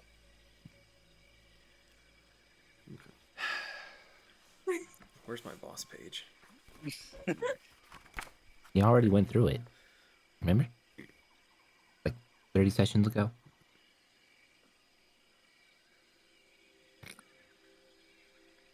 Adding. We're all gonna die tonight. No. You are. You're going to die tonight. So, following the worker's direction, you make your way to the other side of the structure, and sure enough, you do see a bridge that spans the gap. Seems to be fairly well maintained compared to some of the other ones that you had been on previously. And you get across it, and you see that there are a few detached buildings, but there is one central one that you see a fair few people coming in and out of. And for those of you with noses, so not Brick, the smell of food seems to be coming from that one in particular. They must Yep. go in this direction for no reason at all. So, partway on your way across to this mess hall style building, you hear, what's the word I'm looking for? A rhythmic pace of Yo. clunk, clunk, clunk coming up from the side. And you hear a woman's voice saying, "I see we have visitors." Is this in common? It is in common. Oh, thank God. I'll look over. What do I see? You glance over and you see a, compared to the last place that you were at, a relatively normal-sized human woman wearing a lot of really, really rich blues and greens, a sizable feathered headdress. And looking at it, it kind of makes you worried what feathers from what bird those feathers came from, because they are large. She's wielding a staff that has a large gem in the center of it and seems to have 4 serpentine figures coming out in the cardinal directions. Wearing, much like the other people you've seen around, a lot of gold. And going off of your knowledge of the area, it's probably stronger than steel or than iron that you've seen before. And she looks at the lot of you, and we do not get customers. We do not get visitors here very often. Might I know why you are here before I have my guards arrest you? To mock, I presume. She tilts her head slightly at you. Yes. Yeah. Yeah. Paper. Okay, you take the paper out and hand it to her.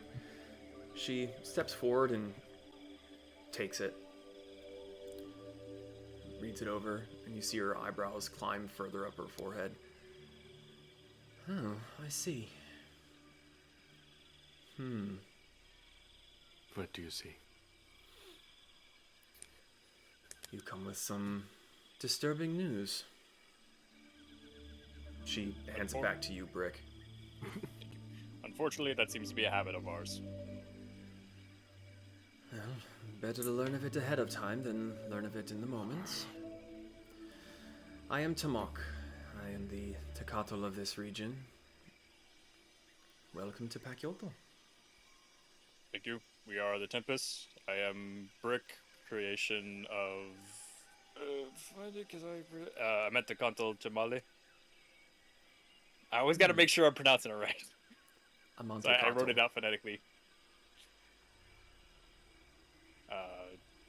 Zon, Yes. Moriko, Oh. Pez, and Kasumi. Zap. Pleasure. I will admit I was not expecting visitors, so... Let me see what I can do to help. And that's where we're going to take a break. Okay. So we'll be back here in just a few minutes. Get some refills, grab some snacks. Don't go too terribly far. We'll be back in just a minute.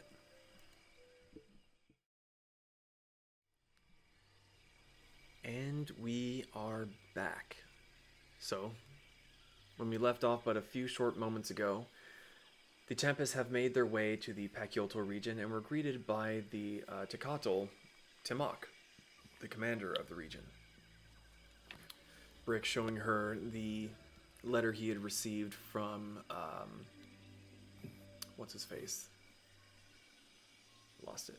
From Quetzal, explaining their situation and the fact that they are permitted to be there by the Montecatl Chimale. Seems to have softened her demeanor almost immediately. So, this says that you are looking for an elemental core? Specifically one from a very large elemental. Well, I would not recommend that. Why? Why not? In case you had not seen as you were coming through, there's not a lot of stable ground to stand and fight in one place. Many of our soldiers lose their lives simply by being on a bridge when a passing air elemental is riding on an air current and slams into them. For something of that size that you wish to, for lack of a better word, slay, it would be a deadly, deadly thing. If that is the way that you wish to go, I do believe our diviners have said that a large storm will be here within the next 6 days. But I may have another opportunity for you if you wish to take the risk. I mean, Go on. either I do this or I die anyway, so. Very well. There is a creature called the Quetzali. It is quite large, has a shell, enjoys eating some of the exposed minerals of the region, and converts it within its body to then create magical crystals. It is possible that this might work in your favor. However, they are rumored to be bad luck if slain. They are peaceful creatures, so you can see how it would weigh on people's conscience to slay something as such. So Oh. if I would just... Oops, sorry. I mean, why would we slay it? Yeah, what's the purpose? Why would we kill that instead of an air elemental? The crystals that it grows from its body are at times more powerful than a elemental's core. So could we just harvest the crystals without killing it? Or capture it? If that were an option, I would have given it to you. So we have to kill it to get the crystals.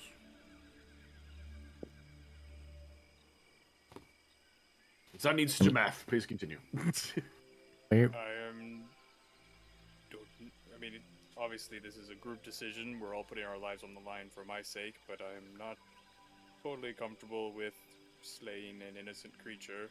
Elementals are one thing, but this is seems to be peaceful entity. Moriko, Hmm? do you know much about this creature that she's talking about? Would she?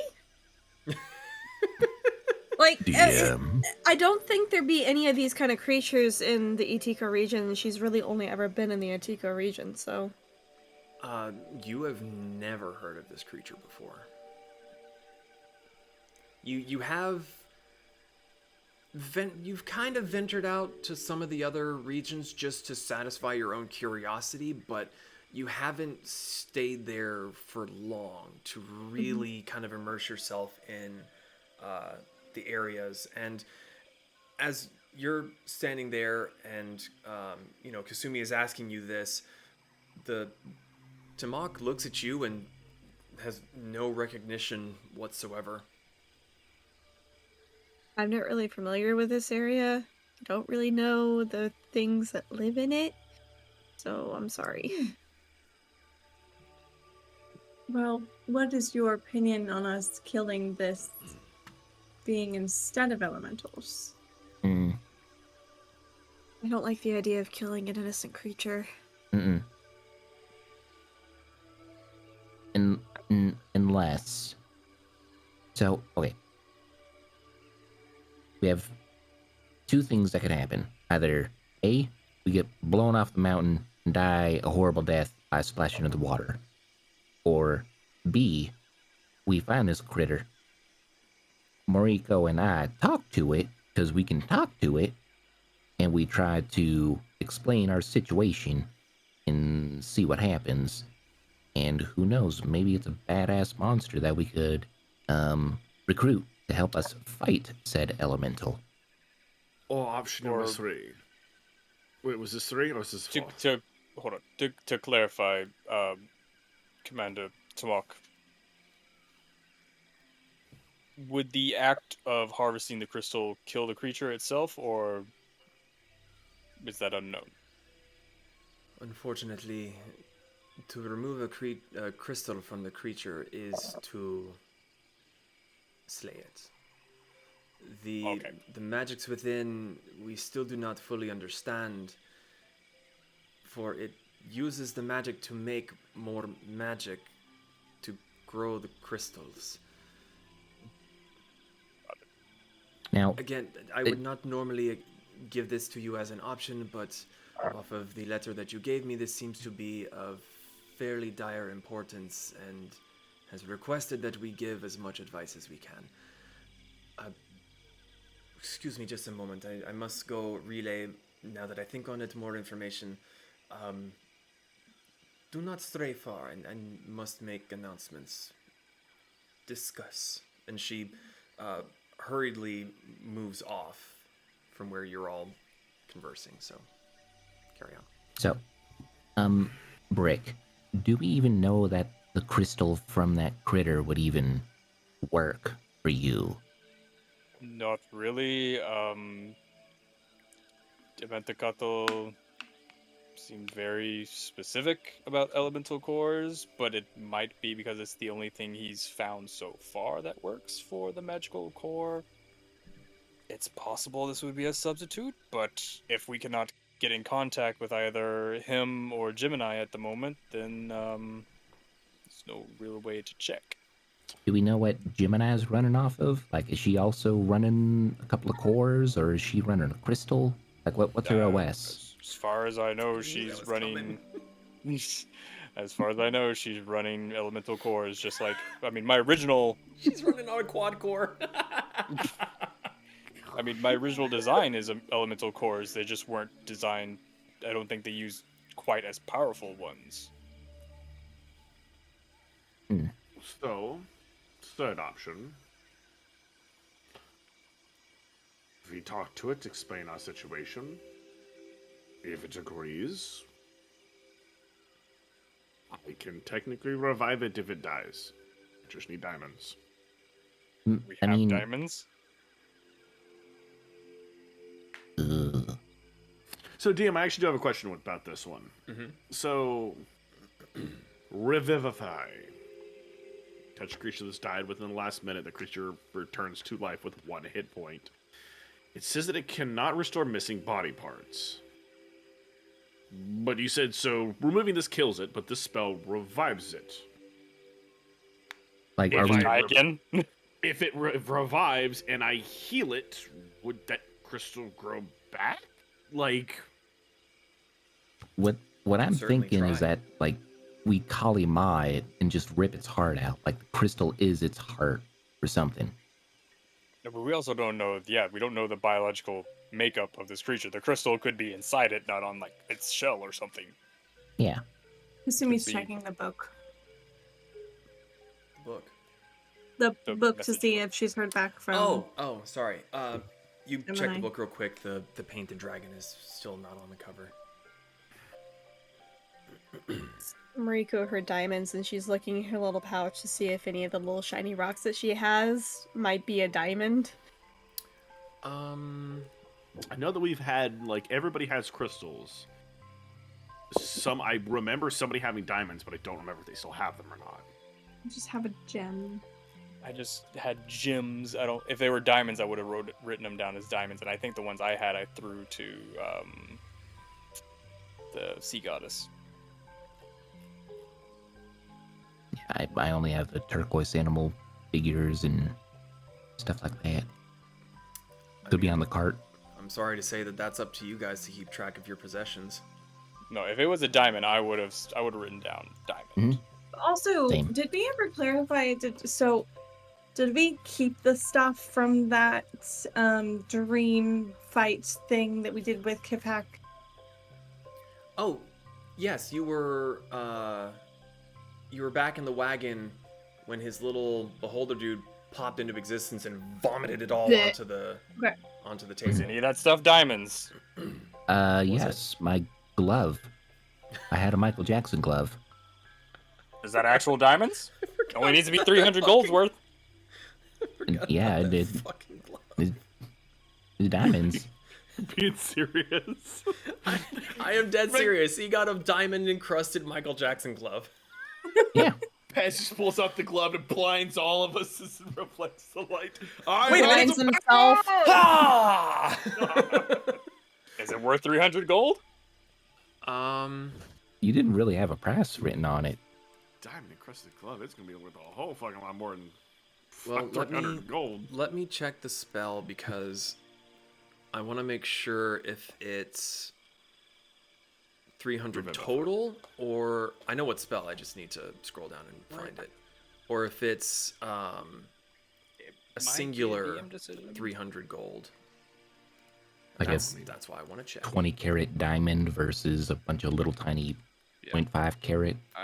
Right. I just remember I got a lot of fucking copper pieces from that. Diamonds worth 300 gold.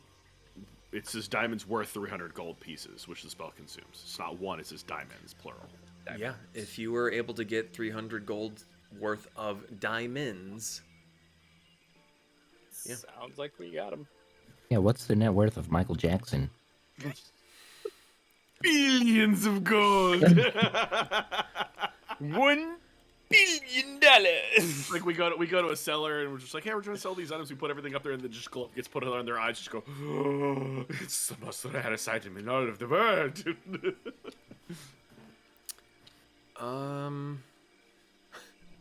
Let me see if I actually wrote that down, actually. Discuss amongst yourselves why I search. You didn't expect me to pull that out. No, I did not. So, the option is, if we do this, you can still talk to them, explain the situation. If this is a peaceful creature, then maybe it would understand. And it would also know better than us if it would work, probably. That too. But I think that would be...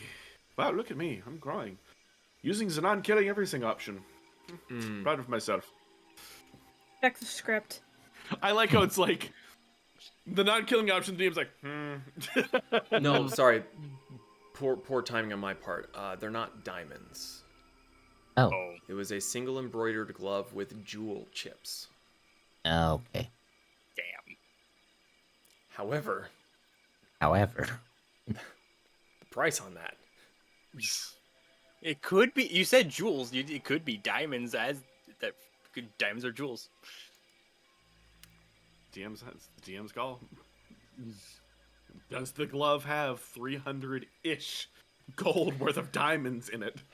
You know, $2.99. judging by how much I wrote down how much that glove would cost, it might actually just be fucking diamonds. How much is it worth? You can try to find out. It's Pez's item. Pez? it's not written in my description, so You're supposed to give us descriptions on how much of all of it was worth. Something you were supposed to do, DM. No, I was supposed to give you descriptions of the items. Sometimes you have to go get shit appraised. Well, man who steals treasure for a living, how much do you think it's worth? Me? Yeah. You Viking bastard.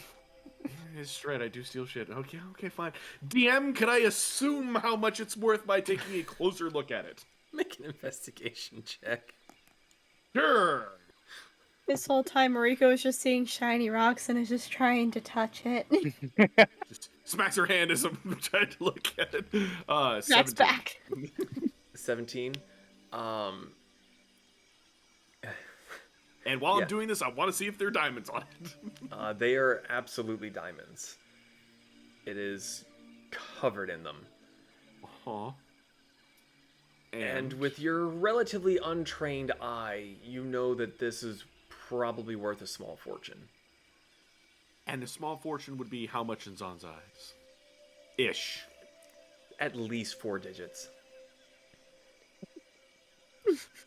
Has me to borrow this glove. no, it's mine. I licked it. You can lick it, but I will lick the inside of your eyeball. You touch it. Moriko's pulling her hand away from the glove now. Do you want this to be an option or not? I'm not going to take the glove. However, I just need to see if I can actually take some of the diamonds off of it to use to do this, if that is okay. Don't touch the middle finger. It's, I want to give him the old razzle-dazzle.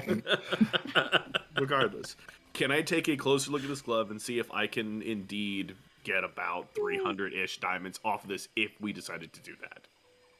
Pez, do you let him take the glove? Reluctantly. Don't give us that eye roll. You know you wouldn't give it up easily either. If I'm giving it back, yeah, I would. What? So, No, he's talking. You inspect the glove, and it does look like you would be able to take some of the diamonds off of it. Whether or not it would damage the glove itself is a little bit difficult to say. You're not exactly sure how the diamonds have been attached. Is this a magical item? You do not know. That worst case scenario, I can cast mending on it. bum, bum, bum. I'm not doing Identify. it yet. I'm just saying. Oh, there you go. Okay. Brick takes the 10 minutes to ritually cast Identify. At this point in time, Tamok does return, and she sees Brick with the glove doing this on it, just kind of sitting there, staring. You hear the thunk of her staff, and she kind of, is he all right? Yes, we were trying to find out if this glove that we have is magical. well, the gloves that Pez owns is magical. My apologies. Fine. Ah, I could just imagining Pez is on his shoulder just watching to make sure that... Actually, speaking of that, Miss Spell is done. Miss Tamak, so you guys do get rare and precious materials from these rocks. You guys do not happen to mine diamonds, do you? It's a byproduct of digging. Not in this region, no. The diamonds are more... Excuse me, in the Ueka region, down south. That makes sense. Damn.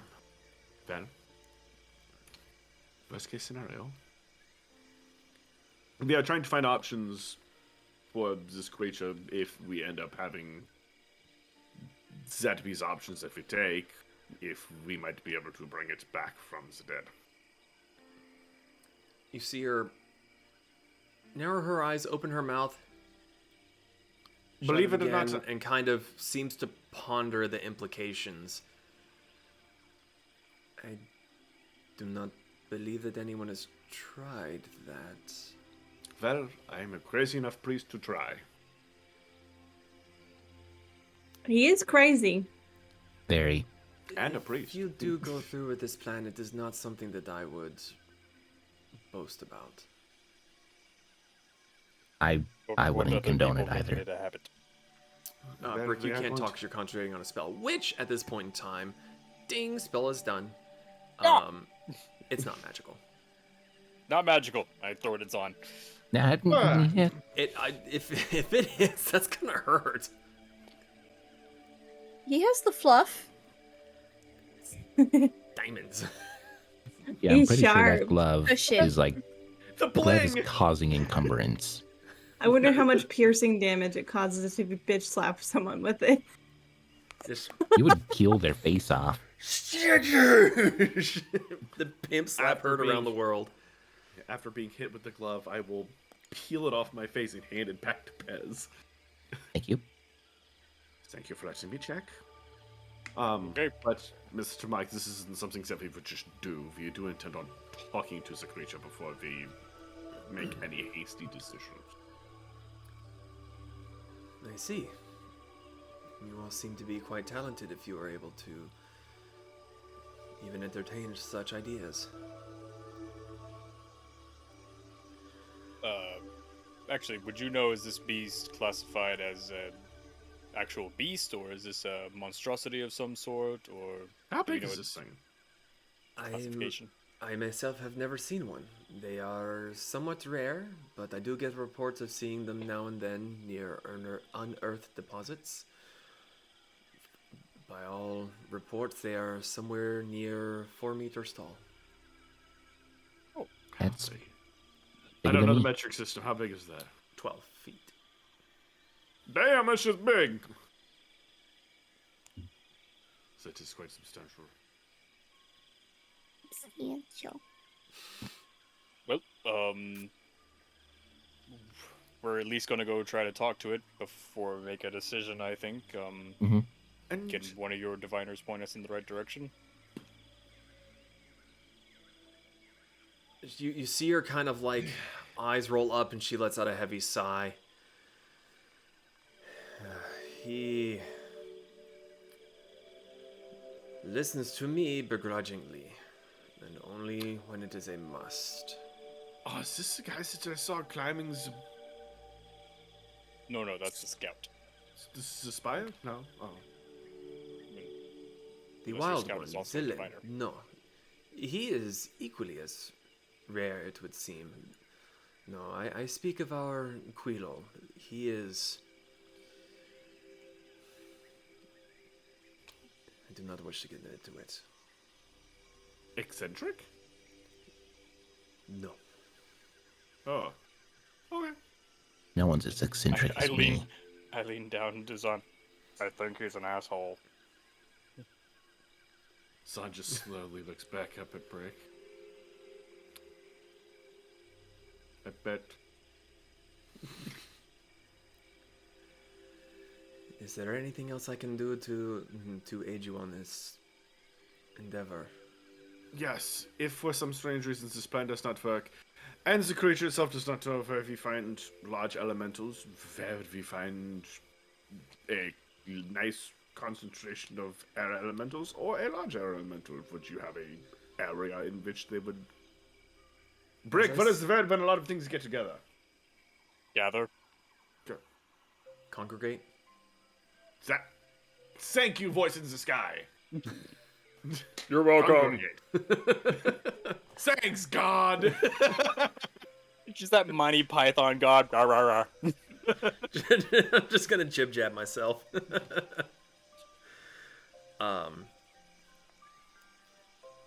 The problem with this area is, as I'm sure you will see as you venture forth, the winds accelerate through the tall spires and becomes quite deadly.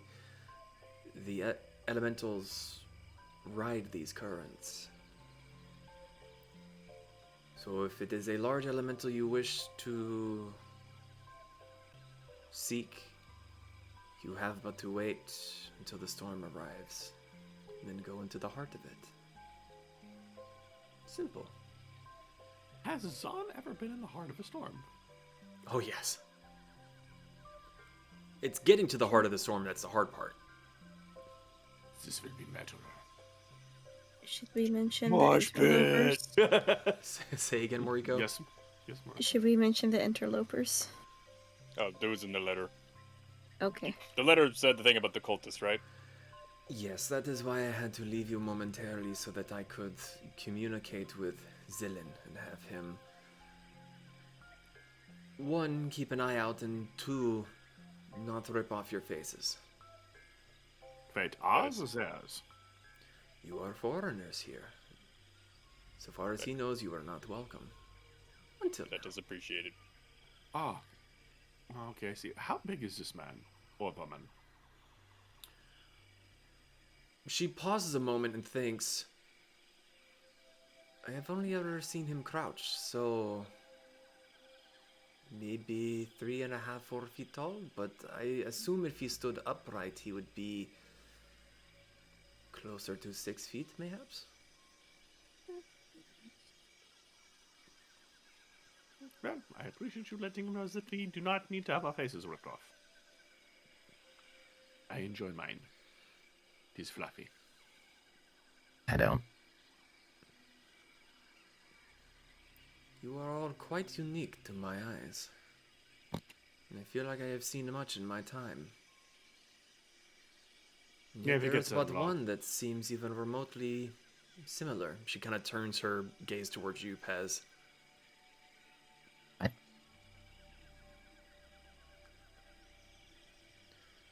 Well, if interesting. there's nothing else that I can aid you with, I wish you luck on your journey. Wait, what? Wait, What do you don't mean we by have to that? Wait, how do we find the creature thing? Who are we talking to for that? The crotchety old dude who apparently was going to rip our faces off? What? Oh, you said... So, where are we looking for this creature at? Exactly. That's what I'm trying to figure out. That's for you to figure out. Oh, I thought Tamako was going to talk to us about that. Okay, never mind then. She said that they are rare creatures that linger around exposed mineral deposits, but Oh. even she hasn't seen one before. Oh, and the diviner's probably not going to tell us. Okay. Yep. I assume these spots on the map are the exposed mineral deposits. What? What Like, map? Fud map and Fud mineral deposits. I, Oh, Oh no, those are the campsites. I was about to say, what map did you get your hands on, sir? wait, House. did I catch Tamaka as she's leaving? Do you have a map of this area of curiosity? I do not personally know, but you may look for... Oh, I'm in the wrong place. You may look for Tona. And where would... She kind of pauses and looks around. What? If you simply say that you wish to purchase something loud enough, I'm sure that he will appear sooner than Man, I later. wish we had somebody who could sell us a map right now. You might need to say it in a different language. Oh, damn. Brick. In Aztlan. Man, I wish there was someone who could sell us a map right now. You say that, and there's a little pause, and you begin to hear a noise. Just a colossal amount of rattling that gets louder. Shunk, shunk, shunk, shunk, shunk, shunk, shunk, shunk, shunk, shunk, shunk. And you see coming around the corner a very, very curious looking creature. It almost looks like a wagon being carried on someone's back. There's two large horns that support this little tarp and a little like roll of cloth up above, fully covered in colorful silks, scarves, bangles. Has a big sword sticking from its hip on one side and a large pointy-eared mask on the face. It's a wonder that this creature is able to stand upright with the amount of things hanging from its back. As it gets a little bit closer, you see it has hooves. Bless you. Thank. And ignore the name that's written on this. But it comes up to you, hands on its straps, and it comes to a halt and goes, at first it says it in Aztlanian, and as the rest of you kind of look like just kind of confused, he swaps to common very, very quickly. Hello, someone said purchase.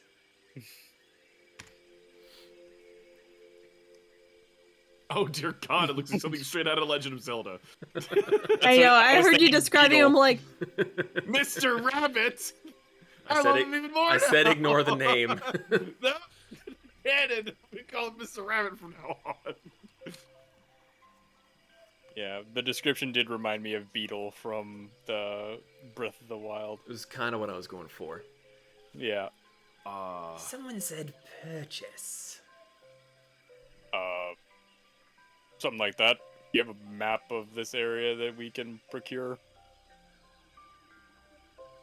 He pauses a moment as he looks up at you, kind of like shuffle steps and kind of like tink, tink, tink. Just kind of like right on your chest. You are interesting. A map I have. But have you coin for said map?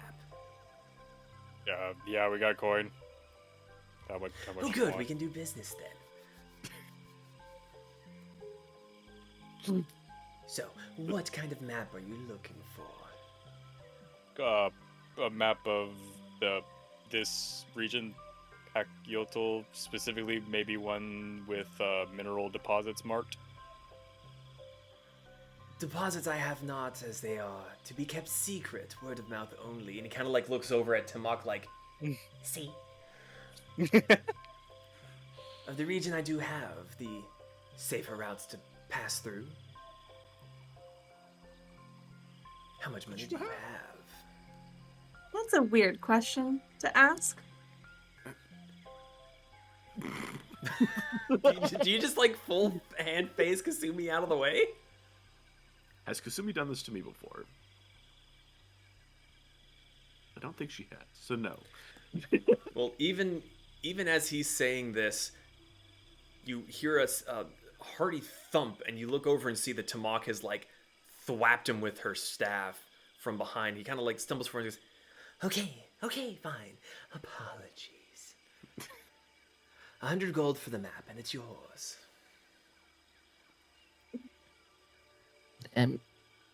Have you ever heard the tale of the traveler? Or the merchant, sorry. Wrong universe. It's about to say Destiny? Yes, I do believe I know of this entity. I do wish to meet him one day, but he's very far. You want And to I meet am him? stuck here. I'm stuck here. Yoink. He again looks up at Tamok as if like, I'm stuck here because of you. that is definitely the vibe that you get from this. So, 100 gold pieces for a highly detailed map to keep you completely safe on your travels. Yes. I have a question on top of that. Would you happen to have maps of all of the areas here in detail? Not particularly. Kasumi is inching away from this dude and like scooting towards the back.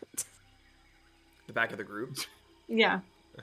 I'm afraid that we're all about to get. No, I was gonna say, here's the question. Is she afraid of him, or is she afraid she's going to hurt him?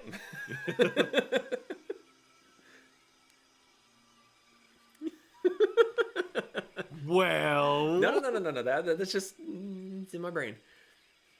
But he's looking at you. Wait, who was asking for the map again? Was that Brick or Pez? It was Brick. I So was. he's looking at you, Brick.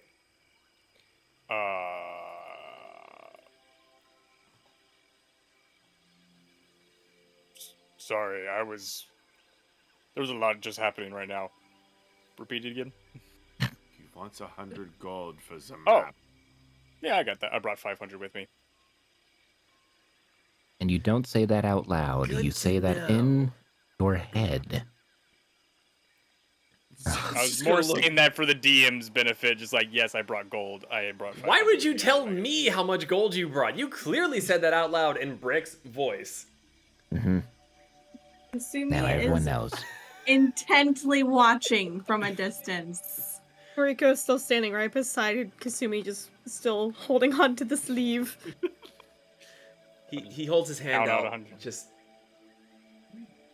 All right, gold. he takes it, slips it into his coat, and comes back out with a rolled up map. Your map. And I'll unroll it. And it was money well spent. Yep. Money very well spent. Oh my goodness. Okay. dear sweet Jesus. I do have Do you- one more. Do you hand the map over to Pez because he was asking Yep. for it? My map. I paid for it. My map. I will crawl into your innards and lick everything I can. That's a threat. I don't I'll know. just. Rick, I'll let just him do- let him hold it. Yep. I give it to Kasumi. Okay. You can give it to him. She holds it, and as she's handing it to Pez, she does cast Identify on the map. Because she doesn't have to do a ritual cast.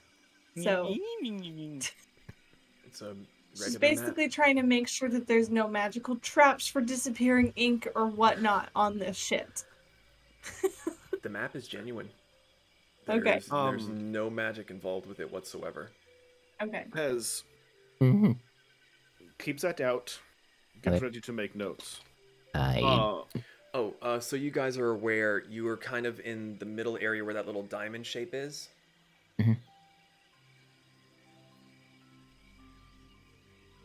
I'm going to. What was this guy's name again? I'm sorry. Tona.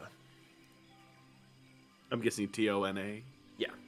The full name is complicated, and I didn't feel like you guys making fun of it, so I changed it to something shorter. oh. No problem. Well, it's Tona Tizin. So Tona Tism. No, Tizin. Oh, Tona Tizin. Oh, okay. Tona Tizin. Okay. You make fun of my character's name. They work real hard on you. So Mr. Tona Tizin. Zana's gonna reach into his bag and pull Tona's out just one. fine, thank you. Tona it is. He's gonna reach into his bag and pull out 2 gems worth about 200 gold. So You didn't find about these so- here, did you? If you did, I might have to report you to someone. This is the first time I've stepped foot on this area, and no, I have gotten these of my own volition. I do not steal. I take what is mine and what I have earned. As Definitely. the DM, I'm going to call bullshit on that, but He doesn't know that. So Fuzzies would be able to get those mineral locations. he kind of looks at the gems and then looks at Timok. Believe me when I say that money will not buy that information for you. It is not my information to give. I'm just gonna look at Tamok. May we have a just point at an island or at a spire on the map so that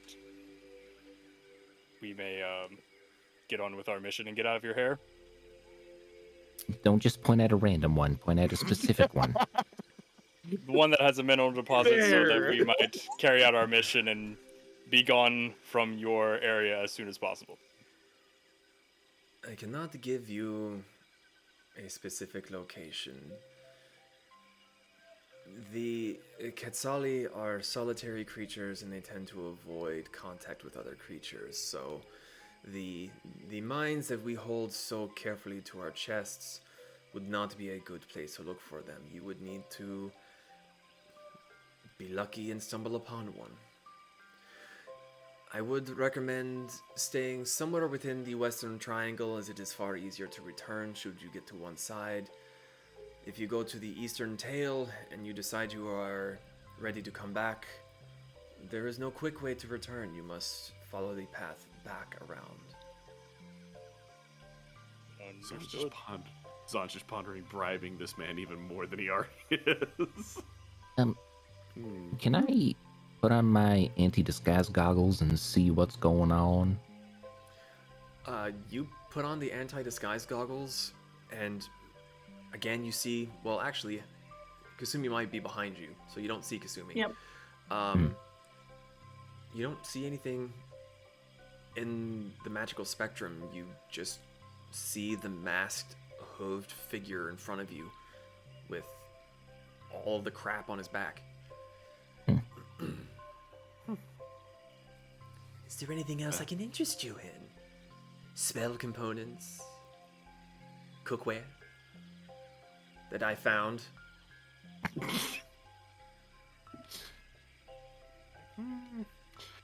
Unfortunately, I am usually of the magical armor or weapon variety. Well, I don't have much in those aspects, but potions I do have. That Handy. I made myself. You are looking at her quite a lot. She likes to accuse me of thievery. You theffing? I No. can understand that feeling. No, Maybe you you're can't being accused because Theft it. you weren't very good at it. Madam, you wound me. I think our business is done. Kind of- If you wish to spend coin with I me. Stomps away. So, And he makes a racket when he leaves. Ching, ching, ching, ching, ching, ching. Yeah, like pots, pans, rattly things. There's something broken in there for sure. It's like a theater crash box. yeah, exactly. Except there's like 12 of them. so what's his story about? Mark?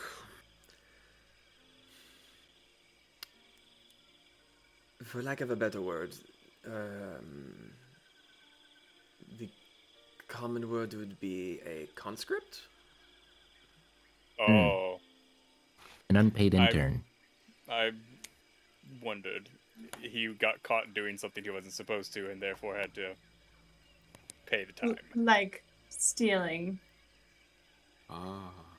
Of which everyone here Magically has done. acquired. Excuse me, I have not stolen a thing. I have only procured what is mine. I don't Thank- think I've stolen anything.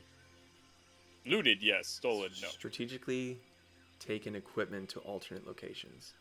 Yes. Listen, for me, it's only a game of fetch. No, you steal things. You are a thief.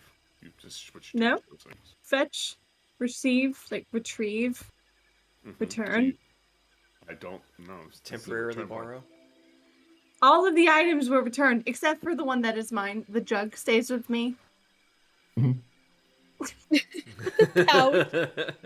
Zan's just gonna be looking extremely sarcastically at Kasumi.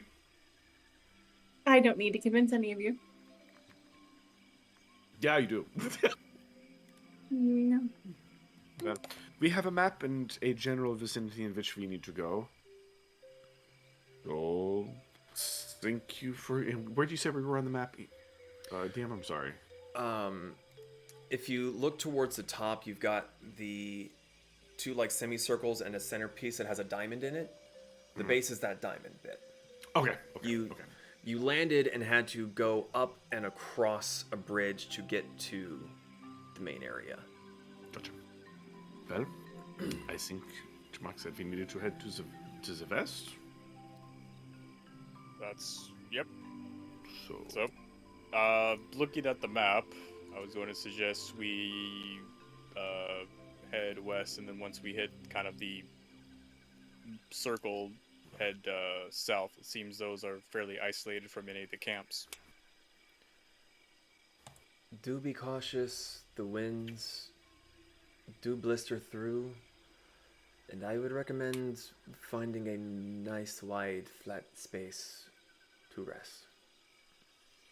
And you said we got 6 days till a storm comes through, right? This is correct. so thank you. Better get going.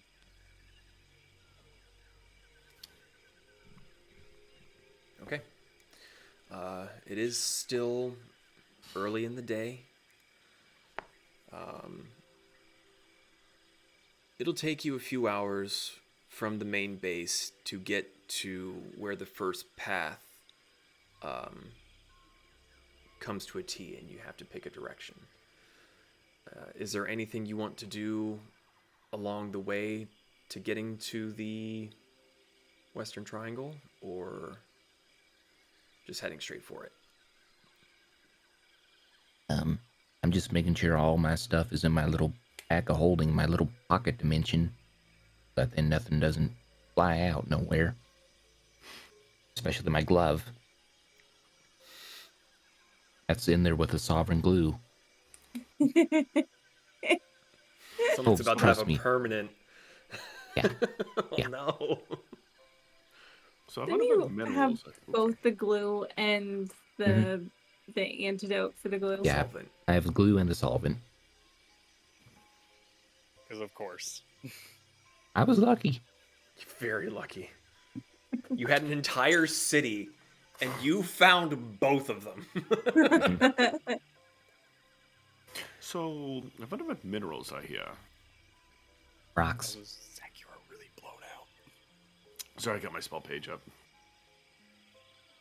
He needs to find out how to do dark mode. I You do know, have dark mode activated. It's just when I'm on my spell page, it's not dark. Yeah. Oh. I don't know The how best- that works, but okay. the best way to find out what minerals are is by licking them. Really? Yep. There's a lot you can find out with the tongue. Has As I lick my eyeball. That's an interesting statement. 2020. It's What I amazing mean- he survived this long. what I mean is I can locate an object which could be a type of mineral. But I need to know what kind of minerals are here. That's a great question. Well, they didn't feel like answering any of those for us, so I think right now you have Pez's method. That's about all you have. Lam motherfucker. Pez, start licking everything. Other I than ain't me. licking. No. Pez pose, face down, tongue on the ground, just. No. I found it! Wait, this one tastes different. Oh, nope. Bird poop. That one's sour. That was limestone. Oh, Wait, Jared, do you think poop is gonna taste worse? dirt has a good grit to it. Ah, So, one of the things you noticed before I forget, as you were traveling across, where in the Itiko region, the bridges would go from the top of one spire to the other. The one that you're on seems to go towards the side of a spire and then wraps around it and comes off the other side and then wraps around that and continues. The rope bridges seem to snake between the spires. Whether that's out of a necessity or purposefully planned, it's a little bit difficult to say. But compared to the other region, these bridges seem to be better maintained. So The Well, ropes we're are looking- thicker, so- the planks are thicker and closer together. There's not so many gaps. You were saying, Zon? So looking at what you're describing, so when we're looking at the map and I see like the zigzags in between the smaller ones, that's what you're describing in between like Yes, the larger so islands. If you're starting at the diamond and you're working your way to the west, and you get to the crescent island and then the bigger spire, and then from that bigger spire to the next one that tees off, that's where the bridge seems to wind its way through those spires. So there are still bigger spires. It's just in between those bigger spires instead of going Right. to other spires. They are taller spires, but looking up at the top, they are jagged, pointed. There would be nowhere to stand.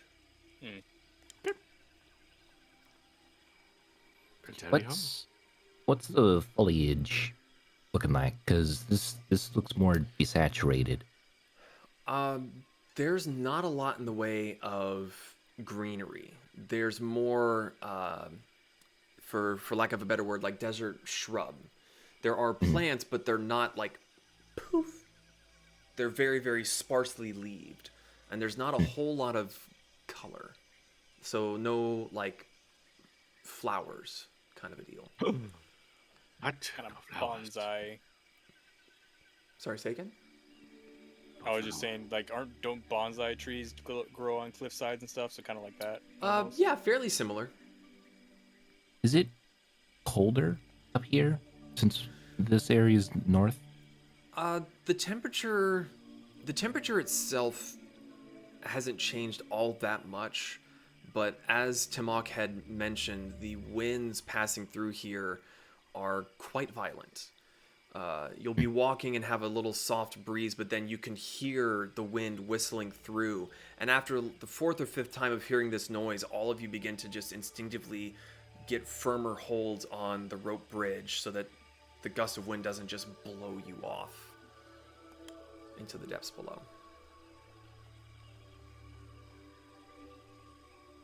So we're at the fork. Right. we A heading- few hours go by. You kind of had your lunch, ate while you walked. You get to the first fork that, according to your map, is the entry point for the Western Triangle. What's the plan? Which way are you guys going? Going north or south? Did Sorry, you I bite bit my your tongue during when lunch. Yeah. Moriko, Hmm. which way do you think we should go? I don't really know this region. Oh, saying south. what do all of you think then? Should we go up or down? Left or right? Is that way or is that way? I say north. Okay. Well, south it is. Okay. Outvoted by one. I don't know what north. Oh.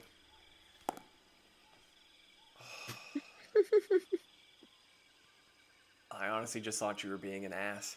No, I was being stupid. So which way are you going? Okay, so I got north. There's. I was saying south, Bez is saying north.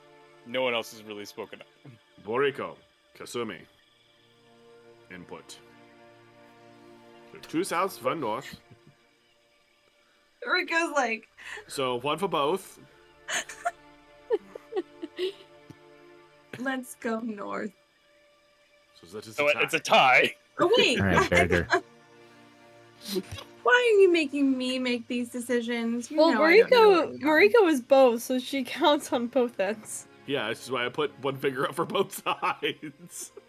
Here, you know what? Look, in my inventory, I have a rock.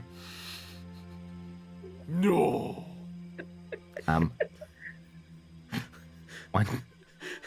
side of the rock. You expected us to make the tough decisions? Really? It's left or right. Pick one. Here, I'm gonna do I did, a no, D2. I'm gonna do a D2. Okay, well, which one's which? D2, so is Heads is north, okay. tails is south. Alrighty, let's roll. Oh my god. Heads. Okay, North. fine, let's just go north. I don't care Go anymore. north. Let's just get moving. I'm gonna be mad though when it was south. Alright, so rights and tips. Trust the Okay. rock. I'm afraid to ask. Who wants to make a travel roll? Dibs. Roll I a d20. Whoever's doing it. But I'm whoever doing it. doesn't want to do it has to do it. 19. Out of a d12? Oh, I thought you Oh, said D20. I heard D20. I thought you said D20 too. Yeah, I heard D20. Oh, I'm sorry. I meant to say a d12. Okay. Roll the Aye. dice! Roll dice! That would explain why I was really confused. How you got a 19 out of 20 out of 12.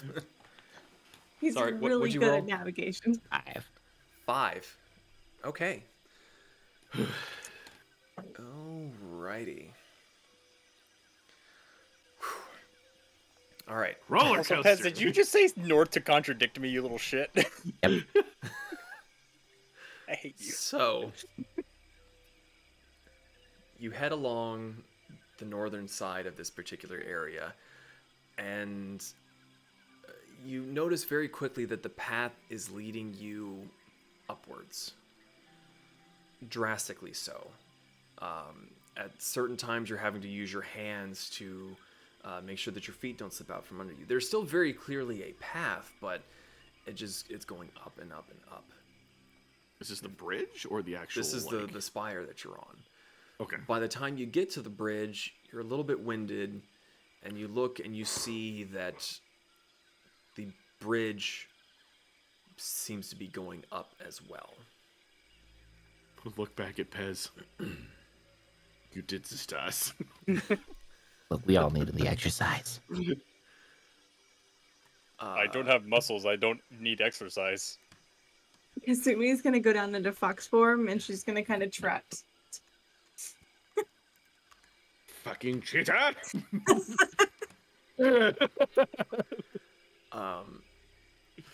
As you make your way across the bridge up to the next spire, I need everyone to make a Constitution saving throw. Cool. I should be good at this. Let's find out. Constitution +4. That's gonna be a 17. 17, 15. 15, 19. 19, 9. 15. Okay, 9. Kasumi, Oh no. you start to feel a little bit lightheaded. It's difficult for you to breathe, and you're just getting tired. You suffer a point of exhaustion as you start to suffer from altitude sickness and just how quickly you're climbing upwards. The rest of you seem to be doing okay. Brick, you don't even have lungs, so I'm not really sure why I made you roll. It could be Hindsight's the humidity. 2020. It's the humidity. Yeah. You start to rust a little bit. Kasumi, are you okay? She has very very clearly slowed her stride, and she's still trying to chug it, but she's panting. Okay, I'm gonna reach down and offer a hand for her to climb onto. Come on, Kasumi, get on my back. She gives you a paw. I put you in the hood of my cloak. Okay. She just goes full limp fox mode. Alright. Just arms dangling from the back. I'm just imagining the backpack corgi. They're just kind of like flopping around looking at everything. Aye. The things I do for friends. So, Everyone else holding up okay? Good? Pez, you alright? Oh, I'm great. Moriko, you okay? Elevation. I'm the fine. dryness in the air sustains him. I look at Brick and I'm about to. I'm gonna ask. I too am okay, Father. You don't breathe. It's cheating. Come at me, air breather. You could be a water least- breather now. At least I can smell. You have to smell. I don't want to smell. You've never smelled bacon before. Yeah, I also haven't smelled Pez before. Do I? What? But that is also a fair argument. Look, I smell seasoned. We've been through this. Yes. He doesn't know what that But means. you forgot to vote poorly before the season. No. I would also like to point out, Brick doesn't actually know what bad smell is like. He just knows that the others have complained about it, and also he just wanted to get a dig in on Pez. Guys, I think that the fun spells that I need to learn is giving someone a nose.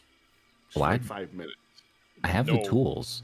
I have the No. technology. No, you do not. I will make that flat face a mountain. Wait, Brick can taste though, right? He could taste Pez. Mm, Let's not go down this thought train. Zon just goes to grab Pez. I allow it. No. Oh, bring up Pez. Come on, Rick. Let's see how he I will slap him off this mountain. We will find a new one. That's so fucked. Put Pez down. We need to. We'll do it this time. When we're not on top of a mountain. This time, yeah. But hey, Beyond if flatland. he tastes me, he's tasting everyone else.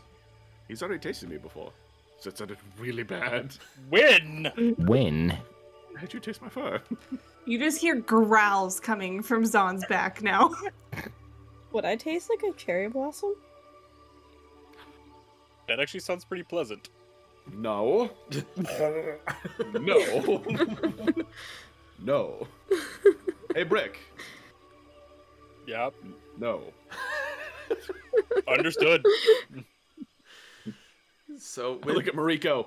Damps. with your giggling and the high altitude making you slightly a bit more loopy than you Wait, might do we have normally higher be. pitched voices? That's not how high altitude works. Okay, never mind. It's helium, you idiot. Yeah, whatever. It's a fantasy world. Who knows? With the higher altitude making you slightly more loopy than normal and maybe a little bit more giggly in such a more tense situation. Eventually you do get to another crossroads. There seems to be, according to the map, the path goes off to the right and seems to dead end, or you could continue on along the main path that circles around. What would you like to do? Do we want to check out the dead end while we're here? For all we know, it could be secluded. Sure. Fair. Also, what time is it? It's getting to Where is the be, compared to the Itiko region, where it seemed to take the better part of a day to go between some of the spires. These ones are a lot closer knit, and seems like it would probably take you far less time to get between them than they would before. So at the current point in time, it's about early afternoon.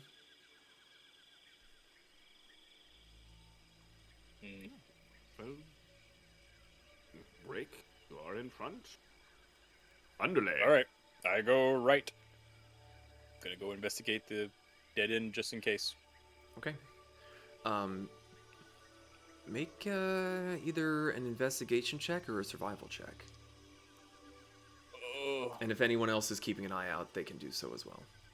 I'm looking out for like animal tracks or something. Kasumi, Yeah. Thank goodness. Kasumi, I would say that if you're making any of those checks, you'd be at disadvantage since you're just kind of bobbing around in a hood. She's just chilling. Kind of figured. Yep. 13 plus 5, 18 for me.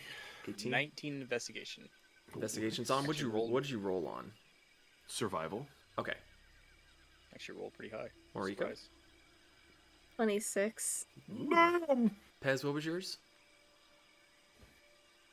14, but I'm proficient with That was a little survival, weird. so I guess it's just the +6. So yeah, 14. Okay. You all look around and you can definitely tell that this path is well traveled. The shrubs have all been kept back. The pathway is very much trodden down. Even with how sparse the area, because normally when you're out and about and you see a trail, there's grass on either side and a dirt path in between. But with how little vegetation there is in this particular area, even still you're able to tell where the path would lie. You don't see any signs of crystals or ores or any unique minerals here. You walk down the path for a ways, and it does eventually dead end at the edge of the cliff. The edge of the spire. And as you come to think about it, that a spire being this close to the main base is likely to have been picked relatively clean, and there would maybe be a little bit less likely to find anything here. There is always the option of wandering off the beaten path, but you're not sure how safe that would be in unfamiliar territory.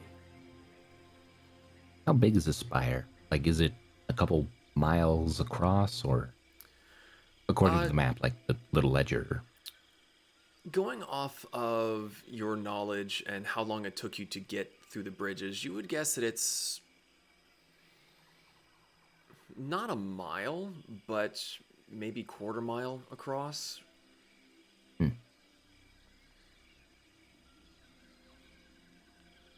Because again, when in Itiko, you were spending 30 to 45 minutes just on a bridge at times, and those were some of the shorter bridges.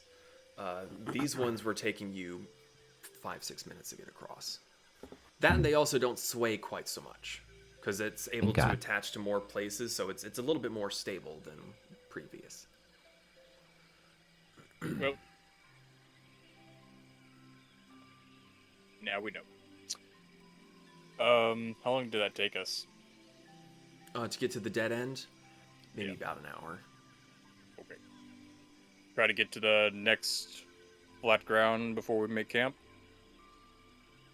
That sounds fair. Sure. All right. So you will make your way back to the junction. Are you going right? Are you going left? Right. As much as I want to head left, we're heading right. I also realized that I did my left hand first and then my right hand for right Good and job. left because I'm fucking smart. I'm also looking at myself mirrored in the Discord call, so that doesn't help. Even though I should fucking know my left from my right. Anyway, moving on. As you set forth, once again, heading towards the next spire, I need someone to make another travel roll. Another travel check. D12. D20, D12. 12. 12. Okay. 1, 2. Kirsten's doing the next one. She's exhausted, okay? To roll a 12 at Neither disadvantage. I'll use my single white die that I don't have anything that matches. Racist. Oh no. You rolled a 1, didn't you? Well, remember One what he could said. be Drew. good. I was about to say, he never said, like, low isn't bad and high is not good. So, you never know. Yeah, it's just a number. Okay. It's a bad number. Two could be as bad as one. You never know. He might have run into Swerter Man Jansen. For no reason whatsoever, what's the marching order? Rick. Guess I'm in front. I'm on Zon's shoulder. I don't know. Pez, are you in front of me or behind me? I'm behind you. So I'm probably behind Brack at that point, and I don't know where Moriko is. I would assume near me. There she is. Wait. He's near Pez. Sorry, I'm trying to find Excedrin because I'm starting to get a migraine. No worries. Okay, so we'll say that Moriko is beside/behind Pez in the marching order. So you make your way across to the next spire, which is oddly shaped. But as you get there, you start off kind of high and you work your way down as you take the curve. And partway down, you hear a soft rustling to your left, and you see the rubble basically beginning to crumble away from the wall, and you see a little bit of an alcove in the rock. And looking through, there seems to be some sort of a altar, almost, in this little hidden grove. There are candles lit beside it. Do I recognize what kind of altar this is? Make a perception check, unless you want to get closer. There are lit candles? Does it look like there's any type of trap around the entrance? Well, which are you doing? Are you investigating the altar, or are you looking for I'll traps? get closer, and then take a look at it when I get closer. Cautiously getting closer, then. Cautious. Again, there's a baby on board, so don't forget Yeah, about that. remember, you have a stowaway. Well, I said cautious. I said cautious. And can he dodge? You'll be fine. Evasion, whatever. If you want to look at a distance, you can make a perception roll. If you want to get closer, you can make investigation. I'll get closer, but as I said, I'll be cautious as I get closer, making sure I'm not doing anything, stepping on something. I'm looking around, making sure there's nothing in there that's going to drop from the ceiling and eat my face. So. Ah, boy, I have made a mistake. As you get closer to this altar that has 6 or 8 lit candles on it, sitting in the very center looks to be a metal flask. Okay.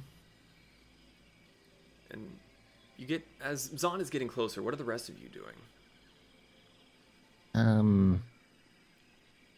Observing cautiously. Yeah, I'm just sitting here watching like, this is gonna go poorly. Glad I have so much faith. My friends have so much faith in me. So, as Zon gets closer to get a better look, you hear a voice from above that seems to drift closer down. And just what do you think you are doing in my grove? And that's where we're going to end for tonight. Fuck you, you stupid bastard. So, thank you all so much for joining us tonight. If you are watching us live, tune in tomorrow where we're going to have a one-shot going on. That'll be around 5 to 6 p.m. if you're Central, or 6 to 7 if you're Eastern. Kind of depends on when everyone's going to be ready to play. So, if you're curious to keep up with that, please join the Discord. Links can be found below and in the chat. We'll be talking about when we're going live once we get a little bit more solid information. Next week, we will have Storm King's Chaos, DM'd by Zeke. So catch us then for that. Any other closing comments? No. Nope. Okay. Well, if you join us tomorrow, we can't wait to see you.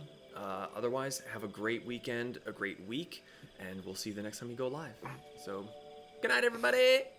Bye-bye. Bye.